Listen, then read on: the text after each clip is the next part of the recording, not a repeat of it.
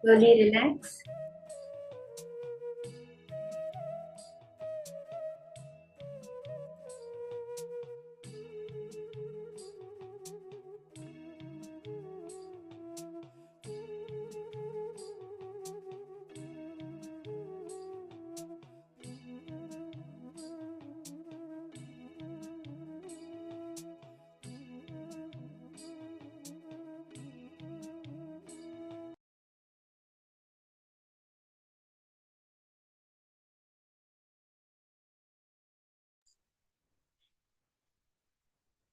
Slowly relax.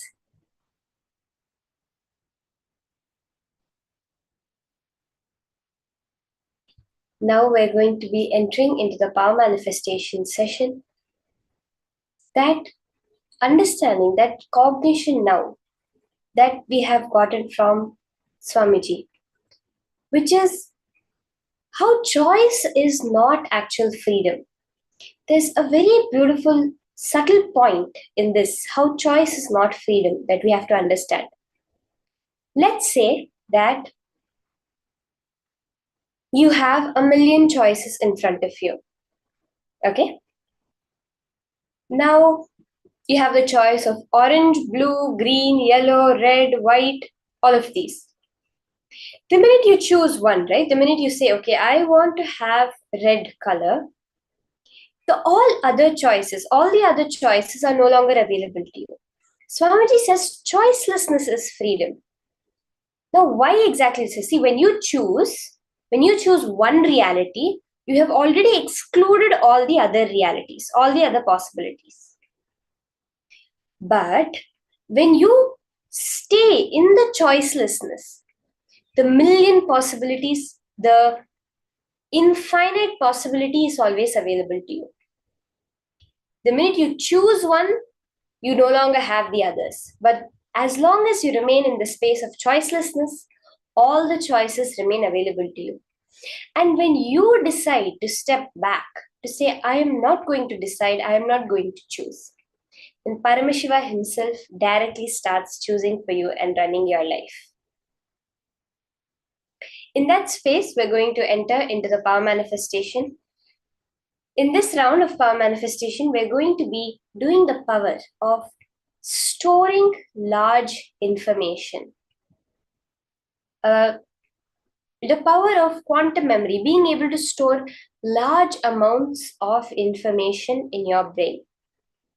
The human's brain normal capacity itself has, Swamiji says, 240 shiploads of information can be stored. Shiploads, meaning at one point it would have been books that stored in the ship, and that much information could be. Then it would be hard drives, that many hard drives of information, a whole shipload of hard drives of information. Now we have the quantum computing, where in one point of space, all the information in the universe can be contained. Then what can be contained in a whole ship? If you just think about this, you'll understand, yes, you do have the capability to hold all the information in the universe at any given point of time.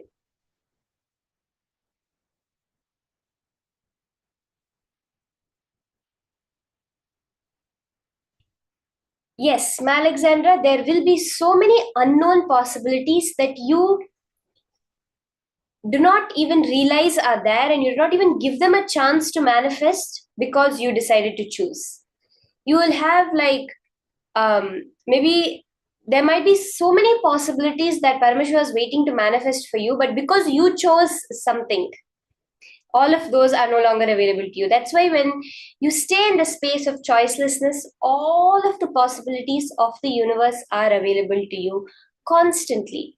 And then the next level of that is where the higher intelligence that knows the past, present, and future, that knows you better than you know yourself. Swamiji says, I know you better than you know yourself. Swamiji starts choosing how to manifest our life.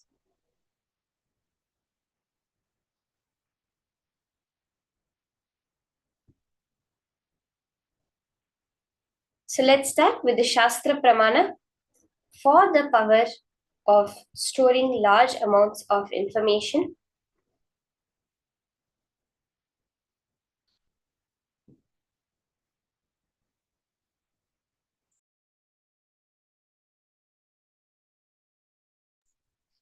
So the Shastra Pramana for this power is from the Sarvajnanottara Agama, verse 15.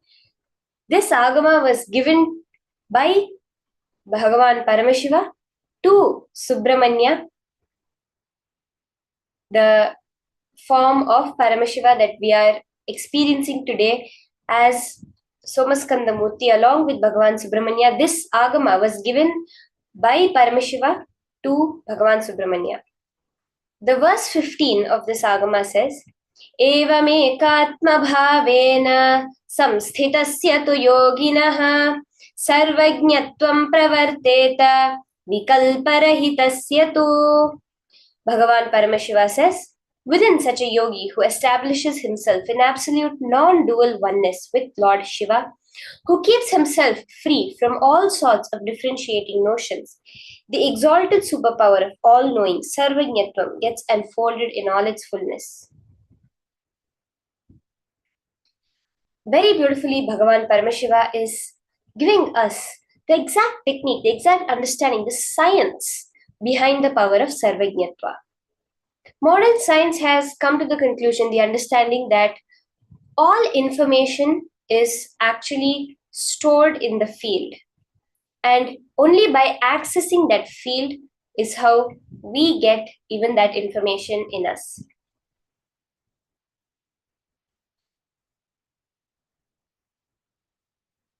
There is a very beautiful Apta Pramana for this power.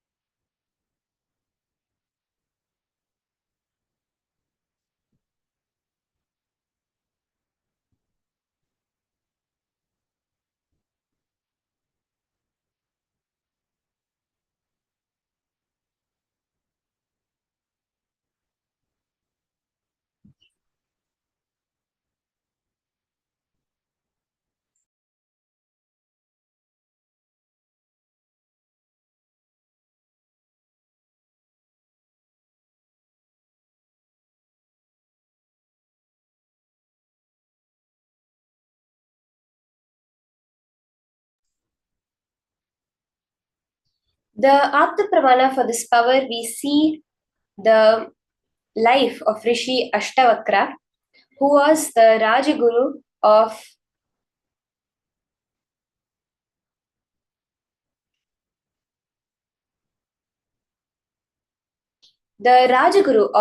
Janaka, who was the king of Mithila, Sita's father. The whole birth and the life of Rishi Ashtavakra is very beautifully demonstrating this power of quantum memory. So there was a Rishi named Uddalaka, who is very famous for his knowledge of the Vedas and scriptures, and he had so many students. One of his disciples was Kahoda, who Uddalaka was very pleased with Kahoda and gave him his only daughter, Sujata, in marriage. And even after the marriage, Kahoda continued to reside with Uddalaka and used to teach in the Gurukul. So in due course of time, Sujata became pregnant.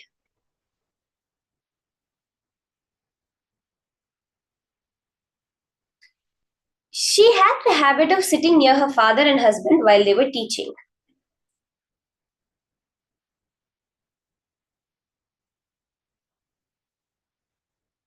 So when, as Sujata was sitting there, Kahoda was not as learned as Uddalaka yet. So he was not equally skilled.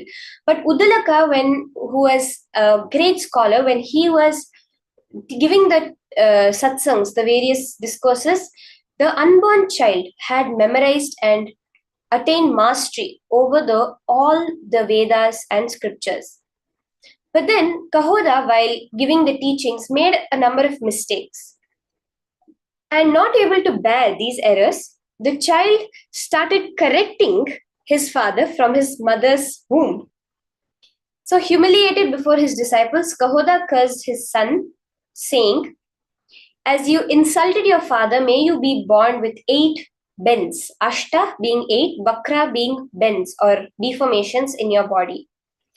So as per that curse, Ashtavakra was born with a crooked body in 8 places, and he was born enlightened. And we see so beautifully how from within the womb, the extraordinary memory of Ashtavakra was there.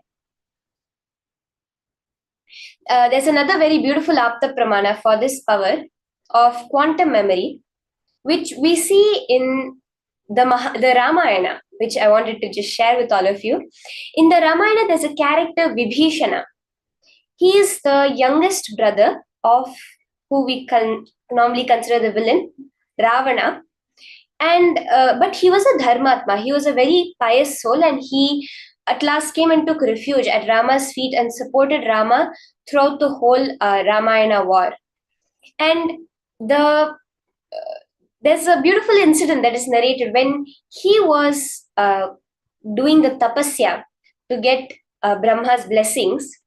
During that time, he spent a number of years chanting the Vedas regularly from front to back, and spent that number of years again chanting the Vedas in the opposite way, from back to front, not with seeing any book or anything, just from his memory, just from the power of his Sarvajñatva power.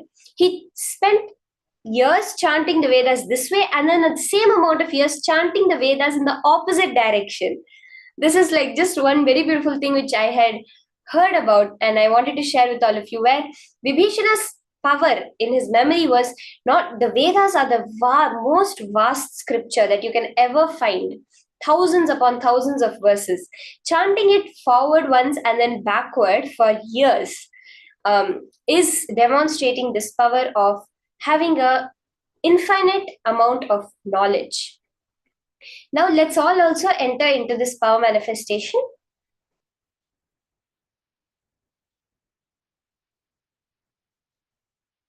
We're all also going to be now manifesting this power of Sarvajñatva, of quantum memory, being able to store an infinite amount of information and reproduce it. Swamiji himself has demonstrated this power in his childhood many times, and even all the people who have worked with, who have lived around Swamiji, the Adinavasis, would have also seen the Balasans, how much Swamiji's recall is, like, to the detail. Let's now see this example of the Atma Pramana from Swamiji himself.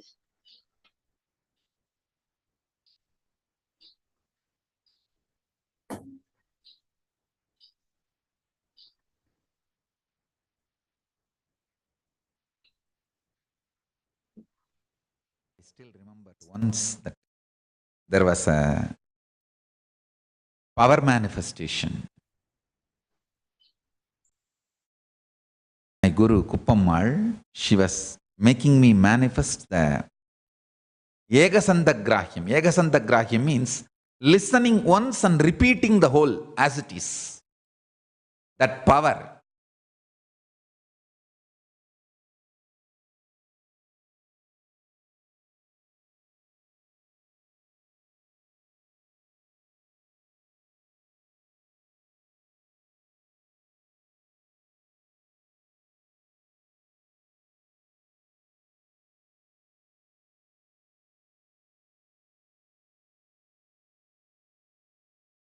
There was one senior Hindu leader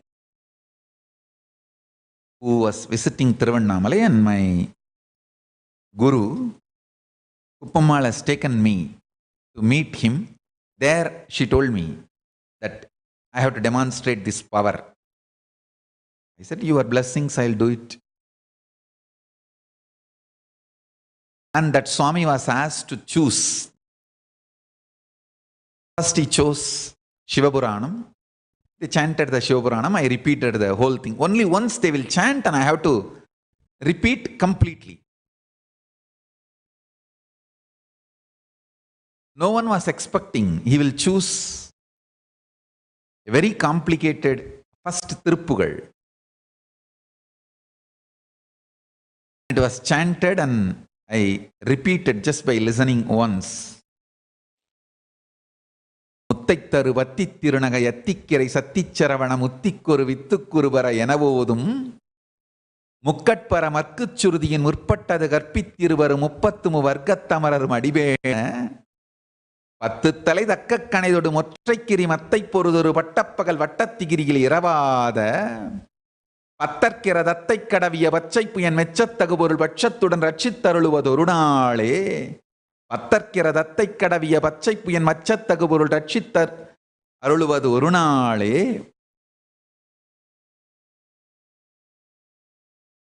தித்தித்தைய ஒத்த பரிபுர நிறுத்தப்பதம் வைத்து பயிரவி திக்கொக்க நடிக்க கழுகொடு கழுதாட திக்குப்பரி அட்டப்பயிரவர் தொக்குத்தொகு தொக்குத்தொகுதுகு சித்திரப்பவுரி திரித்திரிகடக எனவோத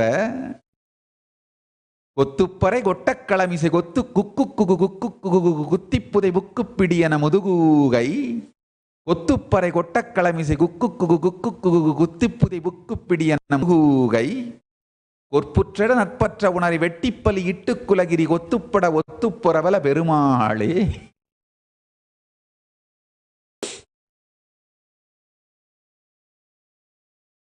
Is a song somebody recited, and only once I heard and I recited the whole thing as it is.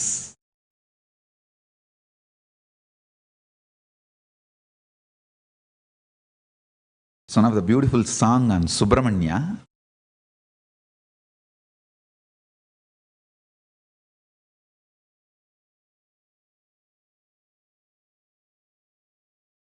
Power manifestation of Ekasantagrahya.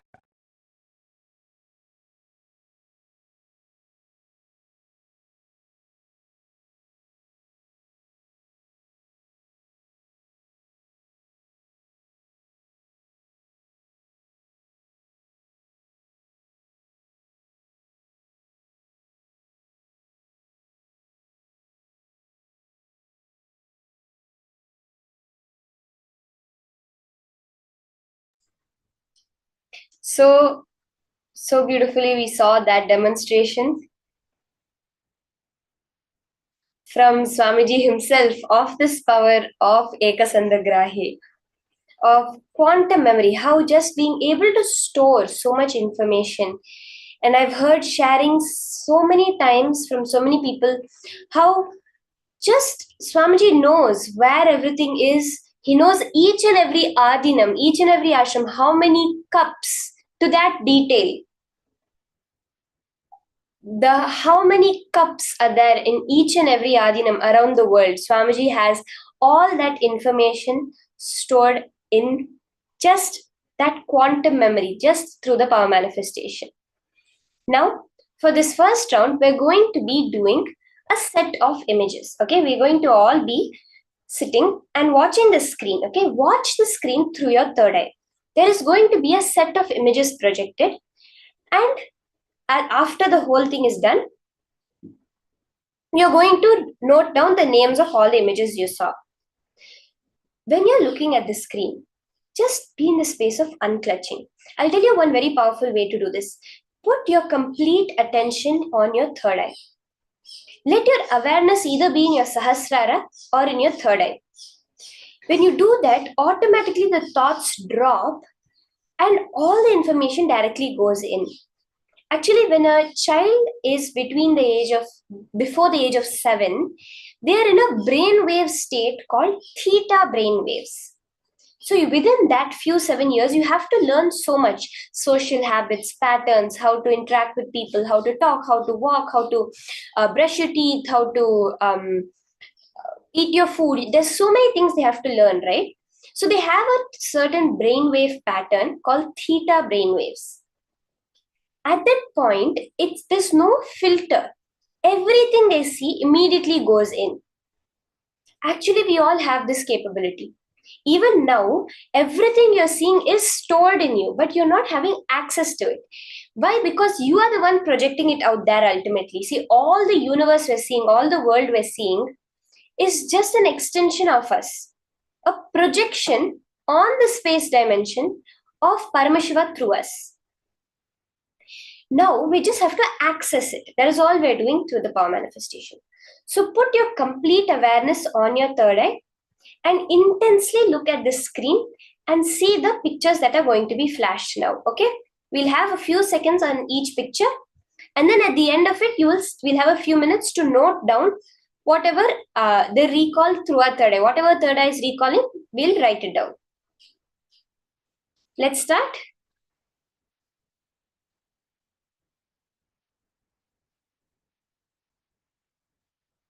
Now the images are going to be projected.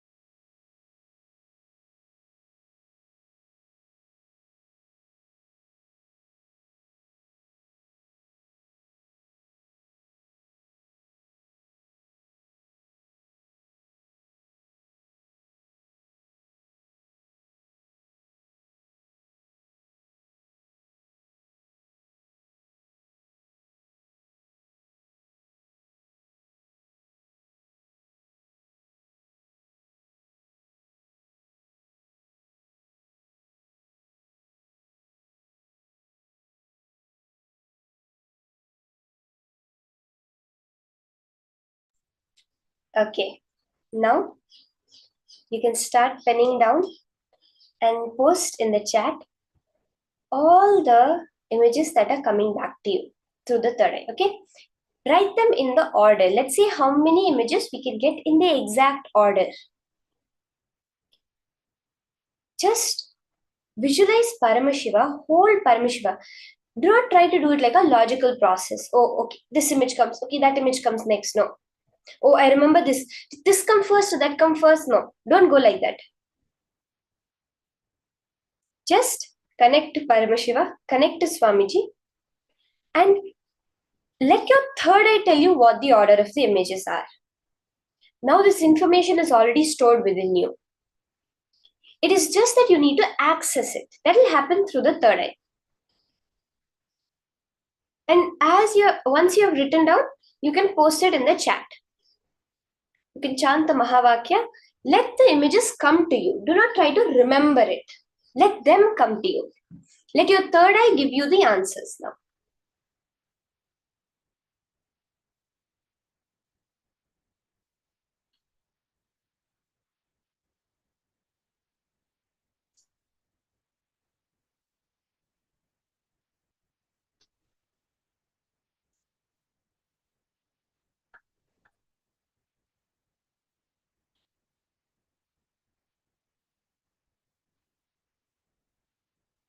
Have a few minutes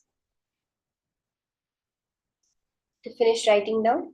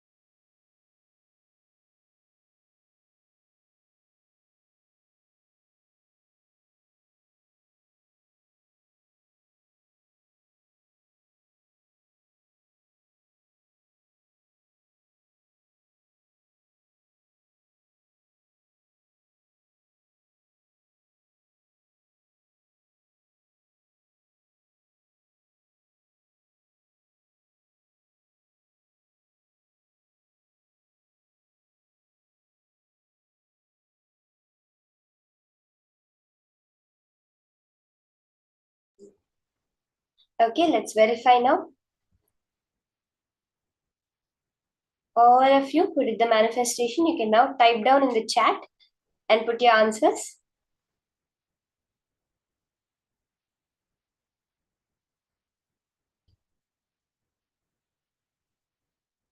Jessima, Sumita has put, Madonna has put. The solution, the answer of the order of images is cap, corn, ring, bird, wallet, hand or an arm, scarf, helicopter, purse, snail, bed, ear, sock, scissors, lips, grasshopper, bicycle, eyes, and tie. You can take a few minutes, verify all the things that you got in the right order. How many images did you get right?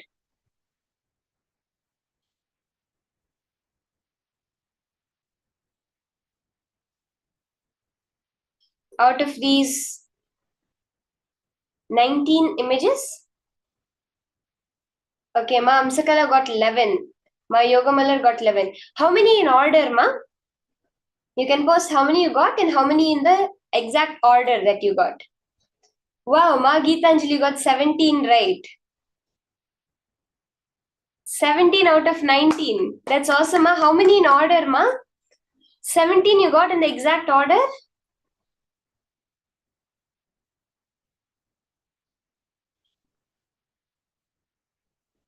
Okay, Ma Ashini got 10 items.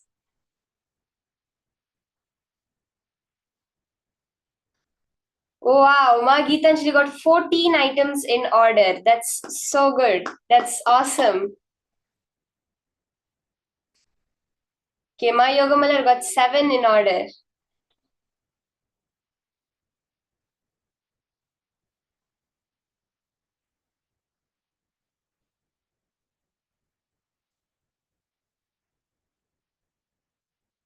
Let's all post how many we got exactly in the right order. The first round itself, so many people manifesting so beautifully. It's awesome to see.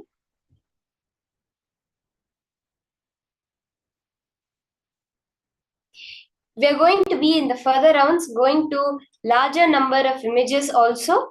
So this first round, we had only about 20 images. In the further rounds, we'll go to much larger amounts of information that you will be able to store. You can do this power in so many different ways, where you can see a picture once and be able to copy it down exactly, or go through a whole text document and remember all the details in that. Actually, Swamiji had asked the Gurukul to manifest this power at one point of time, where he had given us the Encyclopedia of Hinduism. So there were a set of 10 books, 10 really fat, huge books that was a complete encyclopedia of Hinduism. And at that time, Swamiji had asked all of us, he told us one thing, this is very important. You are an intelligent being. Your consciousness is intelligent. When you go through the whole book, when you read it, don't bother trying to remember. This is the exact word Swamiji said. Don't bother trying to remember. Don't try to remember anything. What needs to stay with you will stay with you. If at all you forget anything, that means it's not necessary. If you have forgotten something, means it never existed. This is what we can understand from it. If you have forgotten something, that means it never existed in the first place, because it's you who's creating your reality. So when you're doing it, you will remember. Now, if all the pictures were flashed and you saw the name of all the pictures in the end, that means it was already stored in your memory and you projected that name of all the name of the pictures out at the end of the round. That's the clear signs of what has happened. So the more and more you start identifying this, the more and more you see how the manifestation happens.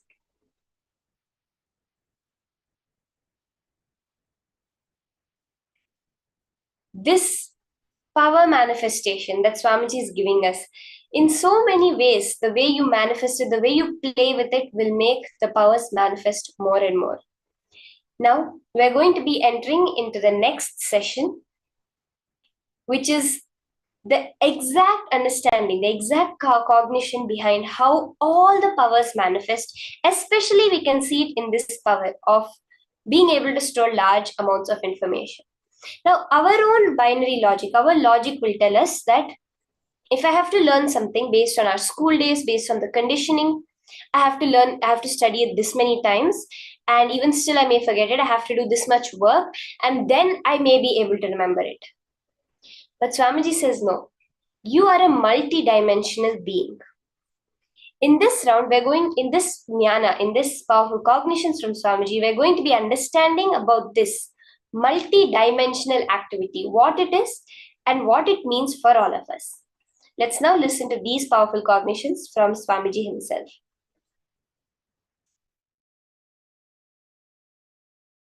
Listen. Listen to this very carefully. If you have attended the programs with me, Inner Awakening or Nithyanandoham, Shivoham, Sadashivoham, Paramashivoham, Mahasadashivoham, any program with me or Kumbh Mela, one thing you will find, all program will be highly intense. 10 days what you do in your normal life, you will be doing it in one day. I tell you, that lifestyle, if you make that as a lifestyle, so many wonderful things will happen to you. Take up 20 projects. Do one part-time business. Do one part-time job. Take up one Sangha project very responsibly, KAILASA project, and deliver it. Take up something as your spiritual commitment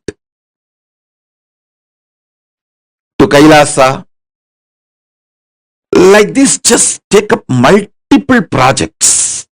If one is stuck in something, don't waste your time and life getting stuck in that. Do the another one.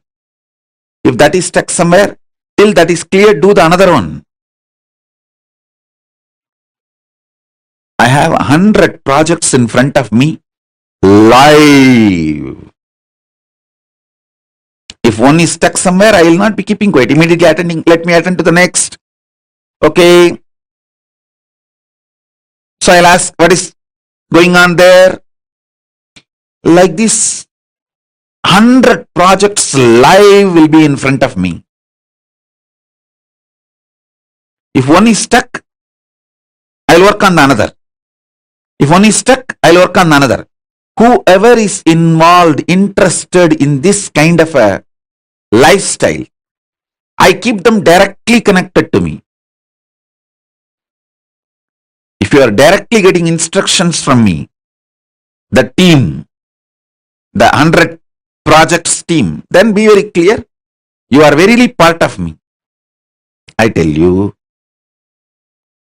you also build your life like this.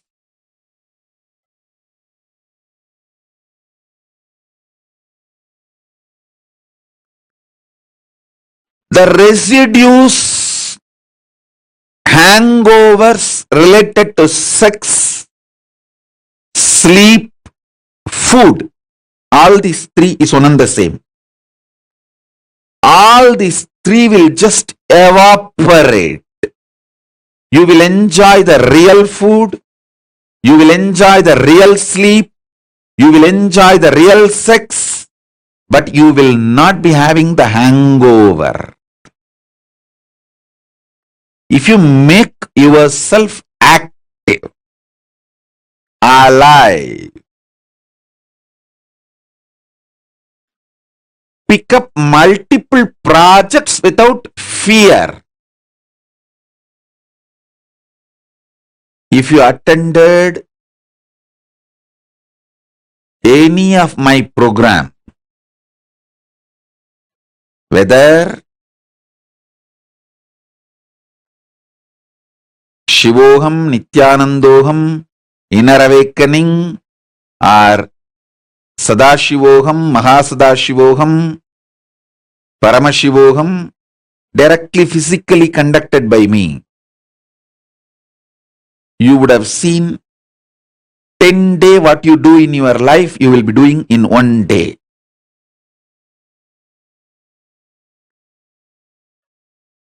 That is the lifestyle. You should start making it as part of you. Understand?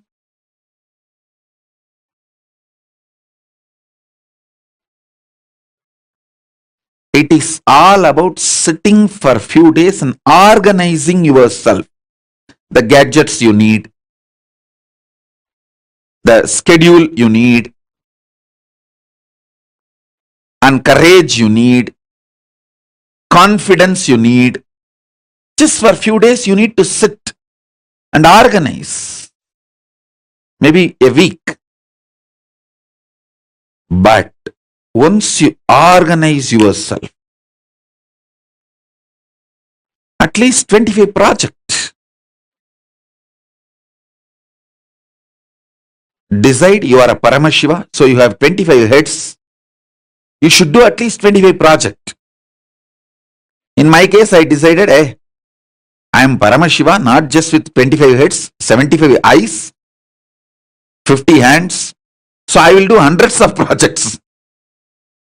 You guys start at least with 25 projects. Every day there should be minimum of 25 things to do. Don't try to cheat yourself. Oh, going to restroom, one project. Washing, that is another one project. Don't try to cheat yourself. A solid projects which will give the result with a 2 or 3 months end, which you will be able to complete it in next 60 days to 90 days. Like that, take up some 25 projects. This multi-dimensional activism will remove brain fog, stomach fog, the veil you put on yourself. Most of you have arrested yourself with your fears, destroyed your life with your selfishness. Extreme selfishness. That's the right thing. I'll use the word. Extreme selfishness. You think, oh, if I do all this Sangha work, I may not have time for this, my personal work. I tell you, do Sangha work, KAILASA work, you will see how much inner space expands and the kind of a training, understanding, everything you have.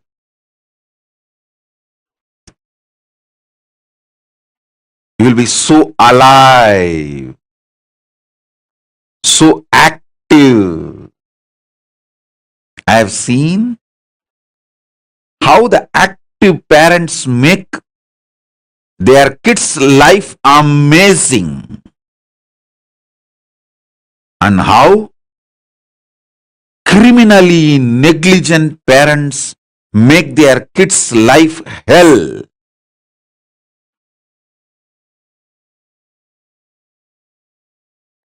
These criminally negligent parents teach the same cunningness to their kids. Oh, if you do this, you will be just exploited and taken for a ride and you won't have time for your personal things. Stupid. I tell you,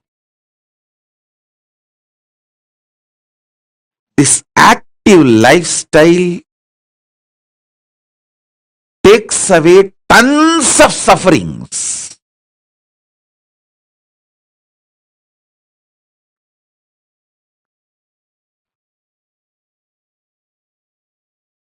Having 25 projects, living it is the definition of my disciple.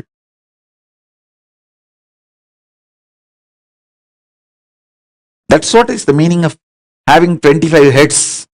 Paramashiva. At least each dimension does one project, moves. This, and constantly moving.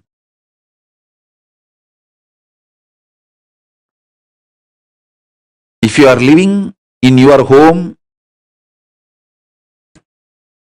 in the 25, at least 5 should be related to your wealth generation.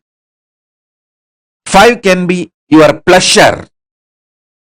What do you call as pleasure, excitement, joy?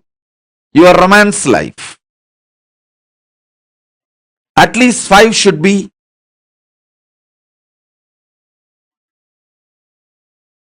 your family and teamily related. And the remaining 10 should be related to KAILASA. Make this as a lifestyle. I tell you, I'll infuse Paramashivatva in your life. Infuse wealth, health, fulfillment.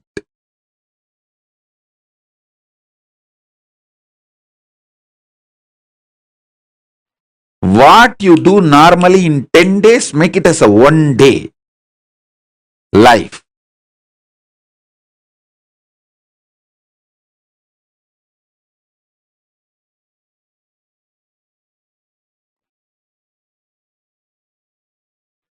In Kannada, there is a beautiful proverb. Kayakave Kailasa. Activism is Kailasa.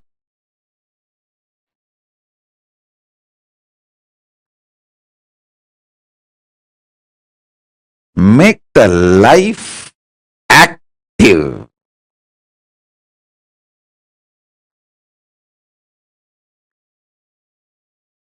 Fundamentally, this 8 Kala Puja in temples, all these are made to keep people active.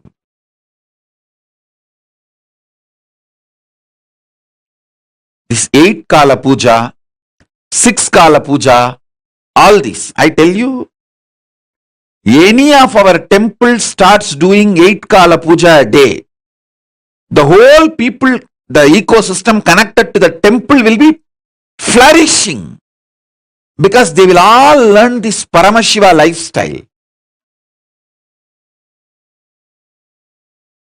Listen, I have done thousands of attempts. I succeeded millions of times.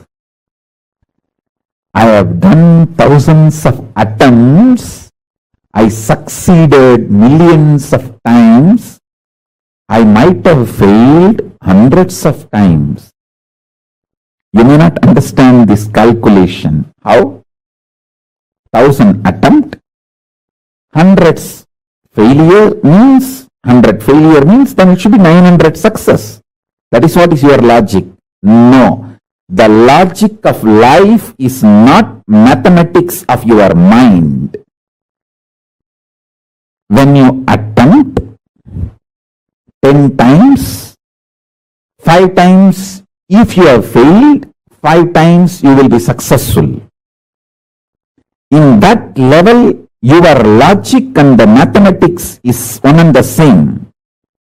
But when you raise your attempts to 100, in 100 attempts, even if you fail 25 attempts, you will be successful 100 times. The logic changes. Listen carefully. When you are infusing life into you more and more, the logic changes. If you attempt 1000 times, you may fail 100 times, but you will be successful million times. Because the logic while you are attempting 1,000 times is different from your mathematics. I will repeat, listen. When you are attempting 10 things in your life, if you fail in 5 things, you will be successful in 5 things. When you are attempting 100 things in your life, if you fail in 25 things, you will be successful in 100 things. 100 times. When you attempt 1,000 things in your life, if you fail 100 or 200 or 300, you will be successful million times. This is the life, this is the logic of life, because the infusion of life energy in you changes the logic with which your life operates. Listen carefully. Your agenda does not change your life.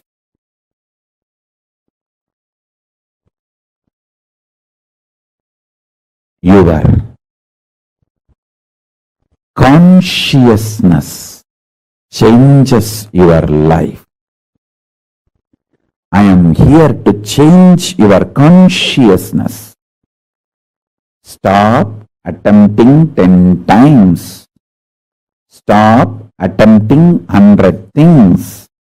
Start attempting thousands of things simultaneously, spontaneously, intensely, continuously. Understand this logic of life. I know clearly what I am supposed to manifest and create. My focus, and I can see every day I am infused with more and more Lakshmi. Because my Lakshya is right, I am intensely showered with Lakshmi. To all my followers and disciples, I give you this as a commandment. Thou shalt try multi-dimensional, multiple atoms, multiple actions, multiple level, consistently, continuously, intensely, spontaneously, again and again and again. This is the law of Srishti, manifestation. For all my disciples, followers, thou shalt attempt, work, manifest, try, thousands and thousands and thousands, continuously, sincerely, spontaneously, intensely. So let me repeat.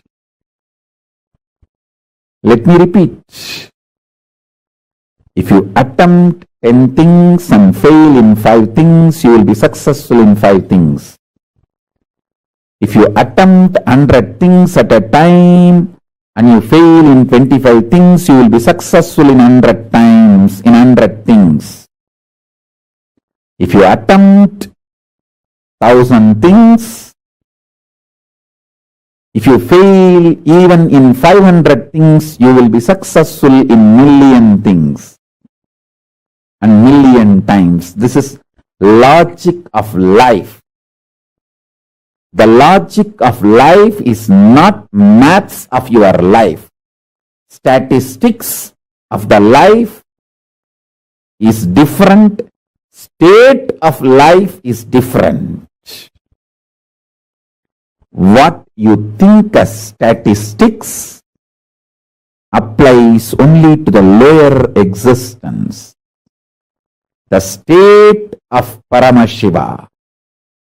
The logic of the state of Paramashiva is different. Now I am revealing this cosmic secret to all of you. This is the cosmic secret, the Paramashiva's secret of creation, manifestation, Srishti. The secret of Paramashiva's Srishti is this. Understand this law. Understand this logic. Start. You will be Paramashiva. You will manifest the manifestation of Paramashiva. You will create the creation of Paramashiva. I have seen in my own life. I have seen in my own life Paramashiva manifesting as Nithyananda Paramashivam. I am absolutely focused on my right goal, and I attempt thousands and thousands of things simultaneously, spontaneously, continuously, sincerely, intensely.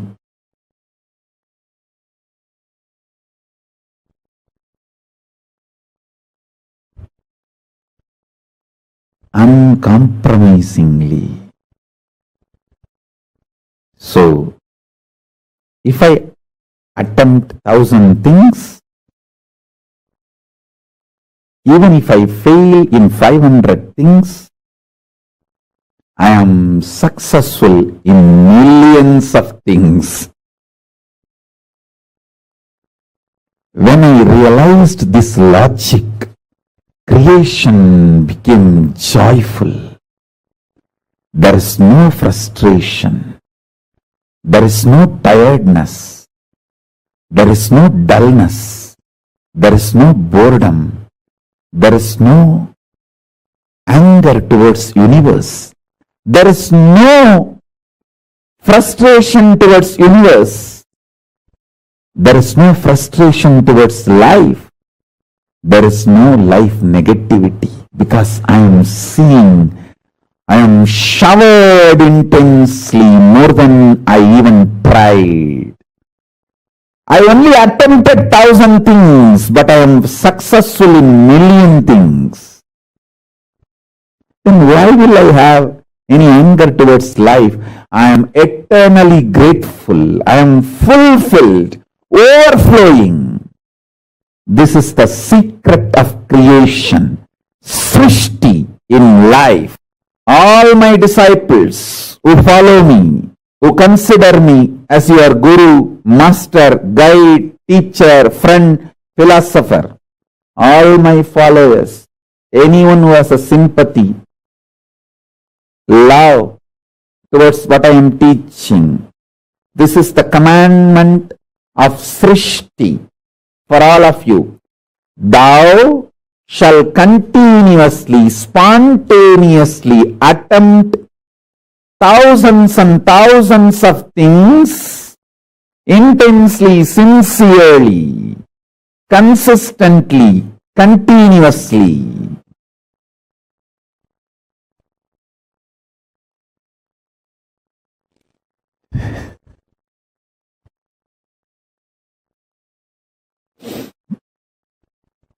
I am revealing how the macrocosm functions, Paramashiva's truth, cosmic truth, and how I manifested in this incarnation as Nithyananda Paramashivam. When you know this too, you can just internalize this and manifest it as Paramashiva in you, in every level.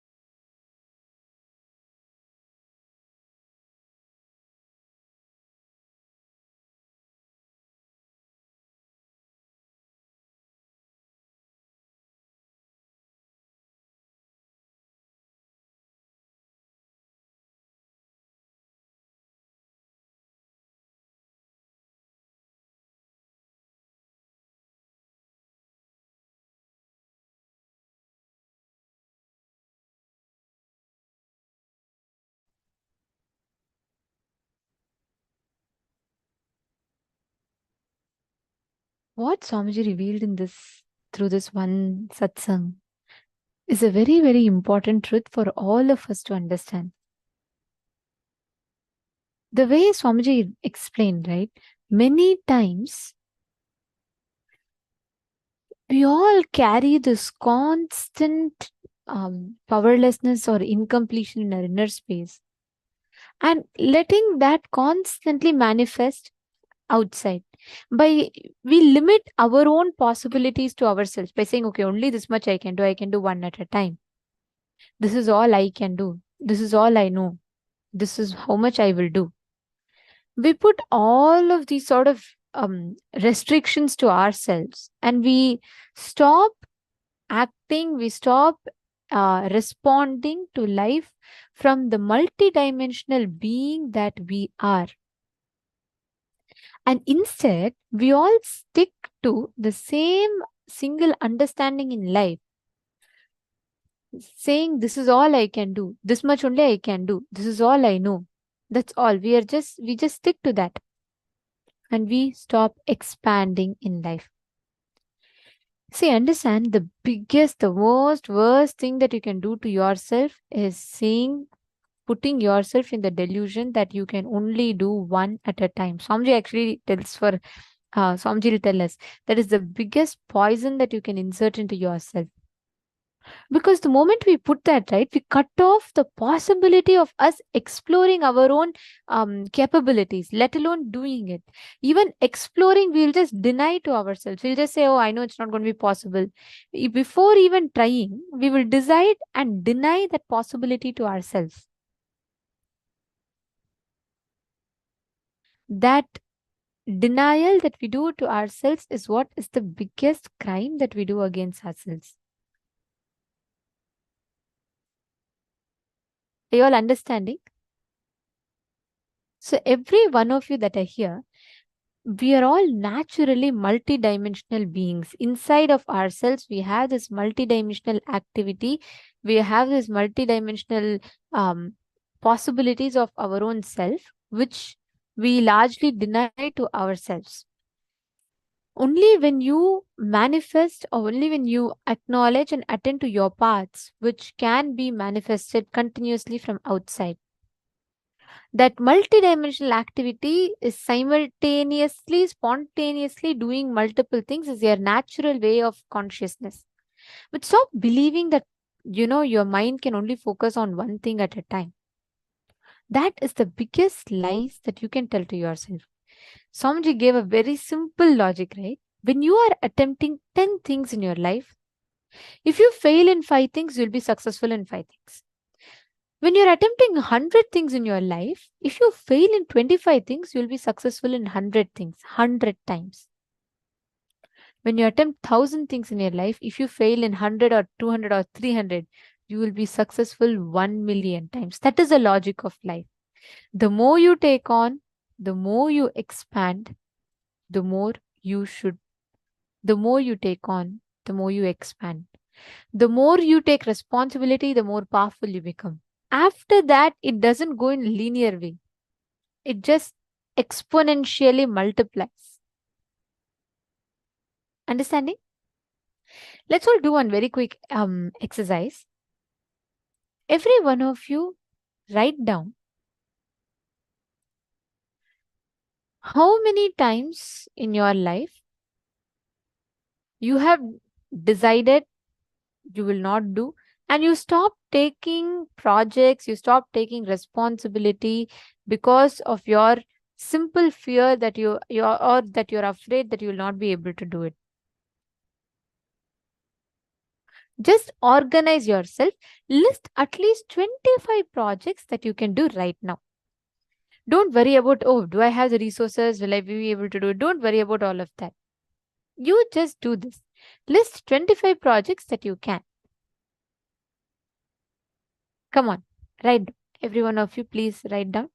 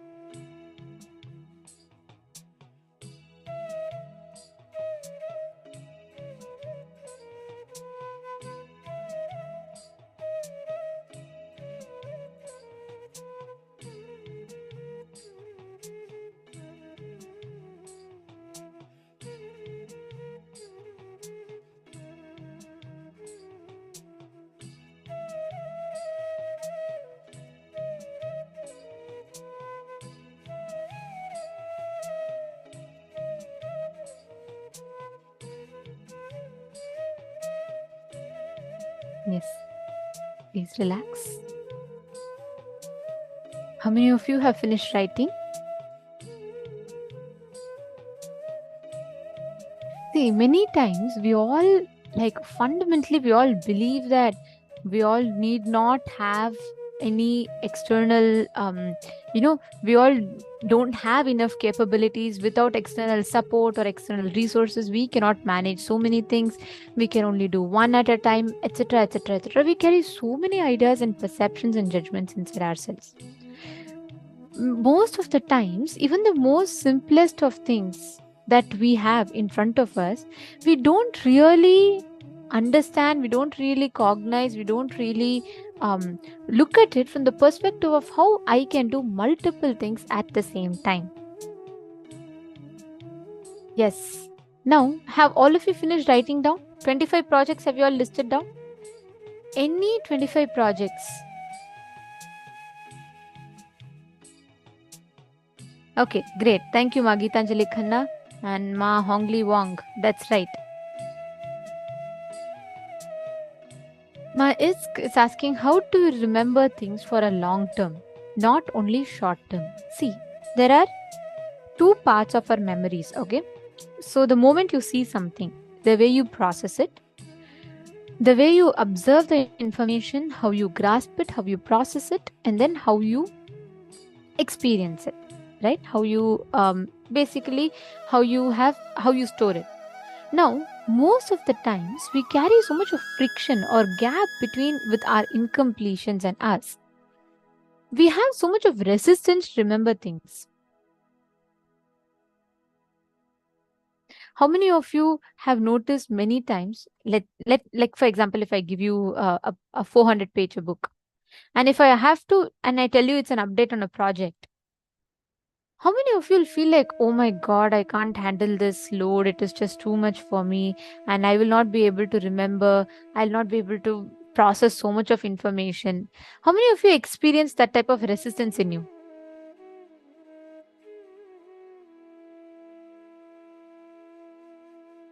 Understand, the same thing if I give you a 400-page thriller novel or an interesting story, you read it. Because in our brain, we have resistance to processing information which we build. That is why, because of our resistance to take responsibility. Whatever demands responsibility on the outside, we always tend to resist it. We always tend to say, oh no, this is all I can do. This much only I know. That is where the problem starts. Understanding? Ma Hongli Wong, right? Oh, sorry, Ma Anne Marie. Ma Virupaksha is asking. So, washing, cooking, cleaning, puja, meditation are not to be included in our 25 projects? Okay, tell me, if I ask what you did from morning, what will you tell? You will tell, I was translating, I prepared. Or will you tell, I woke up from my sleep, then I brushed my teeth, then I was breathing. Oh, once more I was breathing, and then I had my breakfast. No, right? It is part of your lifestyle. Correct? It is just part of the way you live, the way you carry yourself. That's your life. But if someone asks me, hey, what did you do? What are your achievements? I'll not say, I was breathing for every second of my life without fail. And I made sure my heart was beating properly. I made sure my digestive tract was working properly. No, that is just a part of us. And these are all independent activities. Same way, your everyday life is not counted as a project. If you want to give yourself a certificate for that, then you're reducing your capability to only doing that much. That is not your capability. You can do much more.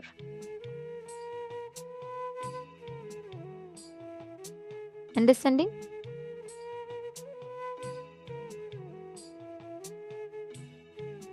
Okay. So you should have projects. Take up projects that demands you to expand. Ma Geetanjali Khanna saying, Swamiji said treat your body as the fourth number. Please explain. Swamiji said to treat it as fourth person. Like, see, Swamiji is basically saying, most of the times we are so closely bound with our body. We are constantly like, we don't want to let anything happen to our body. We are in that fear constantly. And what we do is we are so attached to the ideas of I, me, and mine that we carry.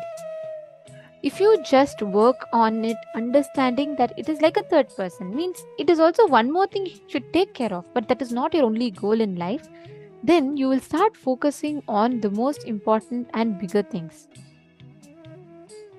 which is mainly important for the purpose of your life. So many of us think, oh, let me just make sure I'm taking care of my body. We become so possessive. And we think that's all is life. No. That 6 foot form of yours, beautifying it or trying to keep it fit alone is not the purpose of your life. You're trying to keep it fit for you to achieve a certain purpose in life. But that latter half is almost always forgotten. That is what Swamiji was explaining. Now, Virupaksha is saying, but still there are only 24 hours in a day. Yes, when you take responsibility, you will expand. You will penetrate into time. I have experienced this so many times. When I'm just, let's say, I'm having one thing to do. And even if I think I'm so meticulous, so organized, and I put all the things for me to do, I will still feel like, oh, there is not enough time. Even if I just give you one project, always our mind works like that. When you demand of yourself, you all should know how Swamiji attends, right? Swamiji will be getting all the important updates. He will be making decisions. At the same time, he will be attending to blessings requests, boons requests. At the same time, he will be knowing what exactly is happening in every adinam, guiding them, receiving information, processing all of this at the same time.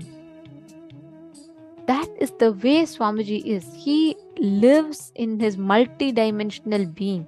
He's an embodiment of totality, like the whole thing as multi-dimensional being. Never being stuck to the binary of, oh, focus on only one thing at a time. This is all you can do. This much only you can do. No. You understanding? Every one of you, just make sure that you are taking up multiple projects and expanding. Never be stuck with the idea, I will only be able to do only this much. I cannot expand more than this.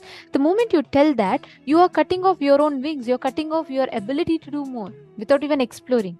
You take up 100, you take up 200, you fail in 10, no problem. That failing is not a problem because you're in the process of attempting. You're just trying to do. But without even trying, without even doing, giving up is the worst thing that you can do for yourself. How many of you have finished listing down 25 projects? Please put yes in the chat. Can you all please put you have finished listing down?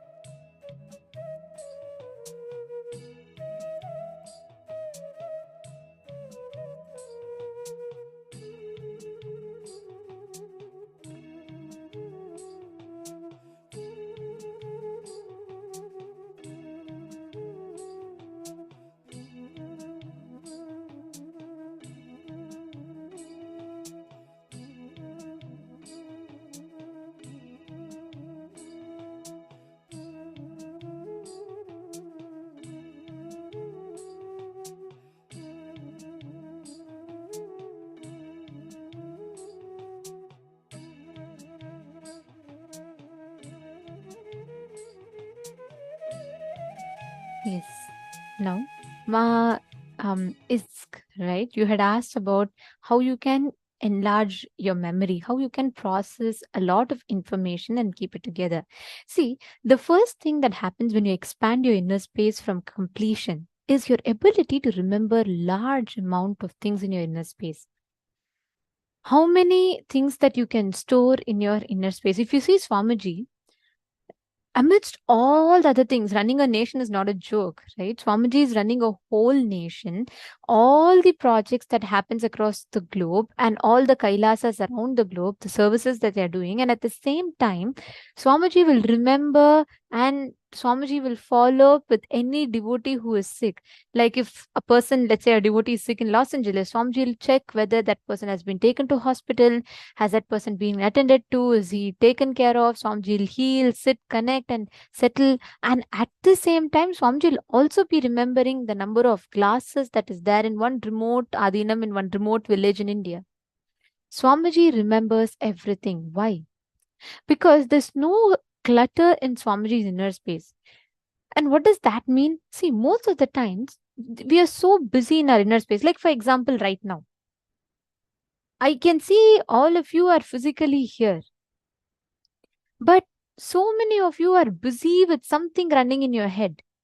Probably thinking about the yummy breakfast that you had 2 days back, or thinking what you can cook something interesting, or when to make your next hair or nail appointment. That is exactly how most of us function. We are here physically, but our inner space is so cluttered with constant thoughts that is coming in our inner space and not being here. So when you unclutch, when you bring completion in your inner space, your inner space expands. And when that inner space expands, anything you see, you will simply remember it and store it. Most of the times, we look through a layer of incompletion, so we don't see reality as it is. I'll tell you a very beautiful incident from Swamiji's life. So every day when Swamiji was in Bangalore, right? So Swamiji was traveling every day to a particular place to attend some healing or some work. And at that time, Swamiji and Swamiji's driver, like one of the sannyasis, used to travel by a place. And what happened was once they lost the way or something like that. And Swamiji was trying to tell him to go to that road where Swamiji is giving him a landmark saying, there's a mosque there, right? Can you go to that road? And this guy does not remember or recognize. He says, no, Swamiji, I don't know any other road like that. Then Swamiji is like, no, there's a huge, big mosque standing there. He says, no, Swamiji. Swamiji is trying to give so many hints. Swamiji is trying to say, okay, this is like this, the color is like this is how big it is and all of that. He keeps on insisting, no, Swamiji, I have never seen any such thing. It does not exist in no roads I've taken. Maybe it could be another driver, but not me. Swamiji said, no, we have been going in that way only for the last so many days. And then Swamiji said, he like thought for a few minutes and then Swamiji just gave another thing. Swamiji said, okay, you remember the road where there's a Hanuman temple? Then even before Swamiji could finish, this disciple was like, oh yes, Swamiji, I remember that Hanuman, this color temple, this color wall, and it is there. I know which road it is and I exactly know where to go like that. And he took Swamiji. When they actually went to that place, right next to the temple, there's at least a 4 times bigger mosque that was standing right next to it. But because this disciple had a selective thinking and he already had a filter in his head, he screened out automatically the existence of such a big building. Many times, if you notice, when you're hungry, you will not recognize, you will not observe the most biggest other attractive offers of buildings that are standing right next to it. You will only be looking for restaurants. Your eyes, we all have the selective listening to life. Swamiji does not have that. Even when we are all giving a most important update to Swamiji or something most important is happening, that same time, with that and same equal importance, Swamiji will be attending to even something as small as maybe making sure animals are fed in one place. So for Swamiji, the intensity, the quantity and quality are same. And that's the key to manifesting enlarged inner space. Swamiji tells the exact technique to manifest this power. Listen very carefully. The exact technique you need to have to manifest this power of storing large amount of information in your inner space is having unclutched inner space. Make sure your inner space is decluttered. Make sure you're not having so many constant thoughts running in your inner space. That's the only thing you need to do. Rest everything Swamiji will take care. The manifestation will happen. You just stop cluttering your inner space. If your whole room is filled with furniture, from where can you fit new things? You need to declutter your room for you to refurbish your room better. Same thing. You need to declutter your inner space. Empty your inner space so that the divine can fill in. Clear? Does this answer your question, ma? Ma, Geetanjali Khanna, you're saying, is it possible for Swamiji to remember me too? Ask everyone in this room, how many of you feel here Swamiji knows you personally? Like Swamiji knows you. You're known to Swamiji. Every one of us will feel like Swamiji remembers me. Swamiji will know me. Ma, Geetanjali Khanna, you should know one thing. The moment you walk into Swamiji's breathing space, you are not a number for him. Swamiji always tells, we are not a number for him. We are a member for him. We are a being we are a potent energy, enlightenment, waiting to become, just waiting to happen. We are just waiting to be, becoming enlightened. So there is we are not just a number, and you need to know Swamiji will never forget anyone. Even I've been always amazed about this. Just for the little number of programs that I conduct, many times I tend to forget people. Like, I do remember a vast number of people, but many times you will notice me asking people in the program, is this your first time? I'm not very sure if I remember you before. But Swamiji, no matter how many Adinavasis come, no matter how many Gurukul kids come, no matter how many people come, Swamiji will never forget. I still remember Swamiji remembered the detail of one of the Gurukul kids' sister's friend who happened to come one day for darshan, and she went back, and Swamiji said, you remember you got your friend the other day? Your sister got her friend the other day and got blessings. Has she healed completely? So this Gurukul kid was like, Swamiji, what? No, I don't know any such thing. And then Swamiji is like, hey, what are you talking? You were only standing right next to me and during the darshan. And that kid was like, she didn't remember. Then after some time, Swamiji gave more hints, and she's like, oh my God, yes, Swamiji. But how did Swamiji remember that person? Even I don't remember. Swamiji does not forget anyone. The moment you enter into breathing space, he does not forget. So don't worry about forgetting. Firstly, secondly, he knows you much more than you know you. So don't worry.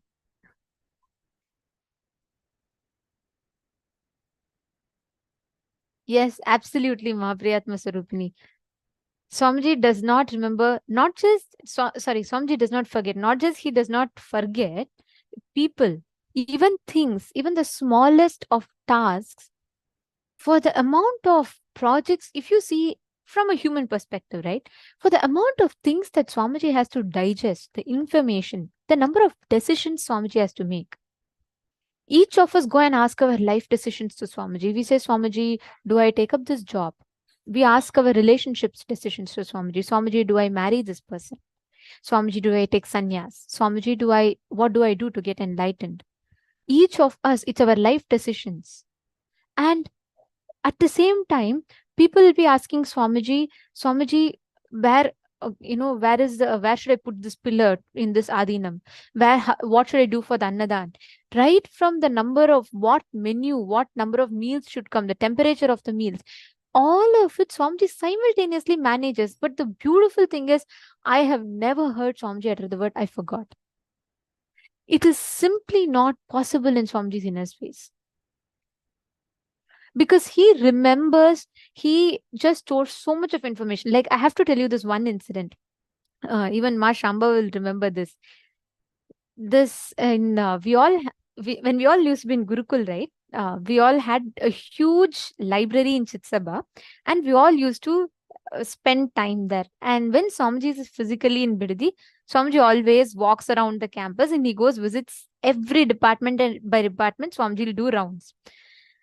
And especially if Gurukul kids are there, like needless to say, Swamiji will come sit and spend time with us. Something Swamiji will talk with us. He'll just make fun. He'll just be laughing. He'll just be having fun. But something Swamiji will definitely spend time with us, the Gurukul kids. So once Swamiji had come for this rounds, and we were all in Chitsabha. We were all practicing chanting or something like that, which is a library, and we were all sitting there. And Swamiji had come, and the moment he saw all of us kids sitting, he also came and sat with us. And Swamiji was teaching us something. I forget, like something Swamiji was speaking about. And Swamiji asked the librarian for a particular book to refer about it. And that person went. They said, yes, Swamiji, he'll get and come. And he went. And Swamiji was continuing to talk with us. 5 minutes passed, 10 minutes passed, 15 minutes passed, and there was no sign of that librarian coming back. It's not just him. Along with him, even few more sannyasis went to search for that book. He never came back, and Swamiji was like asking 2-3 times. And after that, finally, Swamiji is like, what is the problem? Where is that book? Are you not able to find, or what is the reason? And then the librarian is like, Swamiji, I could not find the book at all. And he just didn't end with that. He said, I don't even think that book is there, Swamiji. Maybe it's some other book. I'll search. And anyways, then Swamiji is like, hey, is this all is a thing? You could have told this to me long back. And I remember this so vividly. Swamiji explained the exact title of the book, the exact font color. Swamiji said, I think Swamiji was saying in that it'll be in this 4th shelf in this row. And this is a title, this is a font. And Swamiji was saying in this page number, there will be these pictures and it will be talking about exactly this thing. And I'm telling you, I have this one incident I can never forget. It took less than 1 minute for that librarian, because after that, he had to just go walk up to that shelf, pull that book, bring open, precisely as Swamiji said, it was there in that exact same spot. And that was the first time I heard from Swamiji. Swamiji said that each human being can store 250 ships of memory. Swamiji said it was never difficult for him to remember. The moment this happened, we all started clapping. We're like, oh my God, Swamiji knew. Then Swamiji's like, why are you guys clapping? This is what we all can do. Swamiji said he wanted us Gurukul kids to learn this. He said this is our innate ability to remember. If we carry too much of chatter inside our inner space, if there's no listening, you will never remember it. A librarian who lives his whole work is just to go around in the library and maintain the books could not remember this book. Swamiji, who walks up to the library once in a while with all the other things that he does, could remember precisely up to the page number. That's the difference. So you have the possibility, ma. It is just you having to manifest it. That's all. Okay, so let us now enter into the power of being able to remember. And this time we'll go to the next level of remembering a series of 42 images that we'll be projecting.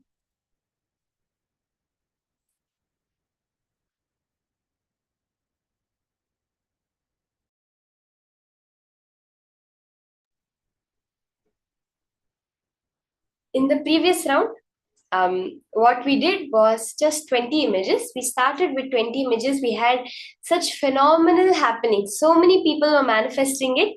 So now let's go to the next level of remembering 42 images, double the amount of images that are going to be projected. Okay. I remember this incident which Ma Nithyananda is talking about. I think it was a book on astronomy, on the references of various astronomical details that Surya Siddhanta and Rig Veda and all talk about. It was this book that Swamiji was actually asking for. And they had looked, and actually there was many books of the same book, and Swamiji even mentioned that. But yet the librarian had not found it, and when Swamiji said, they immediately found that book.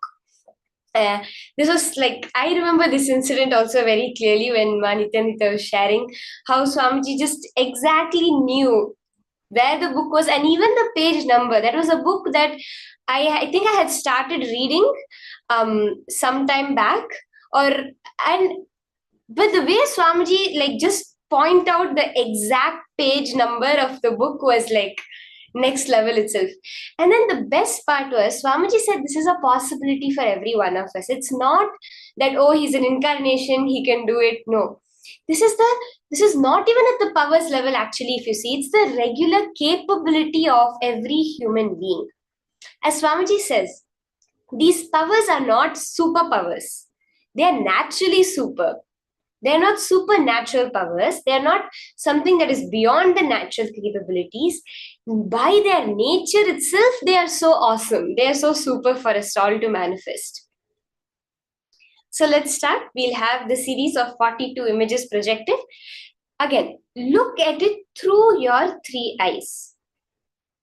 Remember that you're not going to be remembering anything. You're not going to be actively doing anything. If I tell you if you have to hold something heavy, you're holding something heavy, is it easier for you to let go of it or to hold it? Or something simpler. Let's say you have a table and you want to balance the table on two legs. Now, is it easy for you to balance it on two legs or to just let it drop and it'll automatically balance on four legs? It's obviously easier for us to just let it go and it automatically balances on four legs. Our natural state, our jati, as Swamiji says, our natural state of being is Paramashiva. Anything else that you're able to identify yourself other than Paramashiva is hard work. Me saying that, no, how can I be Paramashiva? These things are not happening in my life. This is not what I'm seeing in my life. That is the hard work. During power manifestation, all you're going to do is stop doing that. Drop the effort from your side. We always say, don't go more and more towards the manifestation, towards the words, towards the images being projected, towards remembering it. No. Go more and more towards experiencing yourself as Paramashiva. As you're looking at it, keep your complete awareness on your third eye, that seat of your will, that seat of your consciousness. And enjoy, just be in the space of I am Paramashiva. And let's look at the words that are being flashed now, okay? They're going to be a series of 42 images, and you're going to pen down after all the pictures have been projected. You can pen down and post in the chat. Let's start.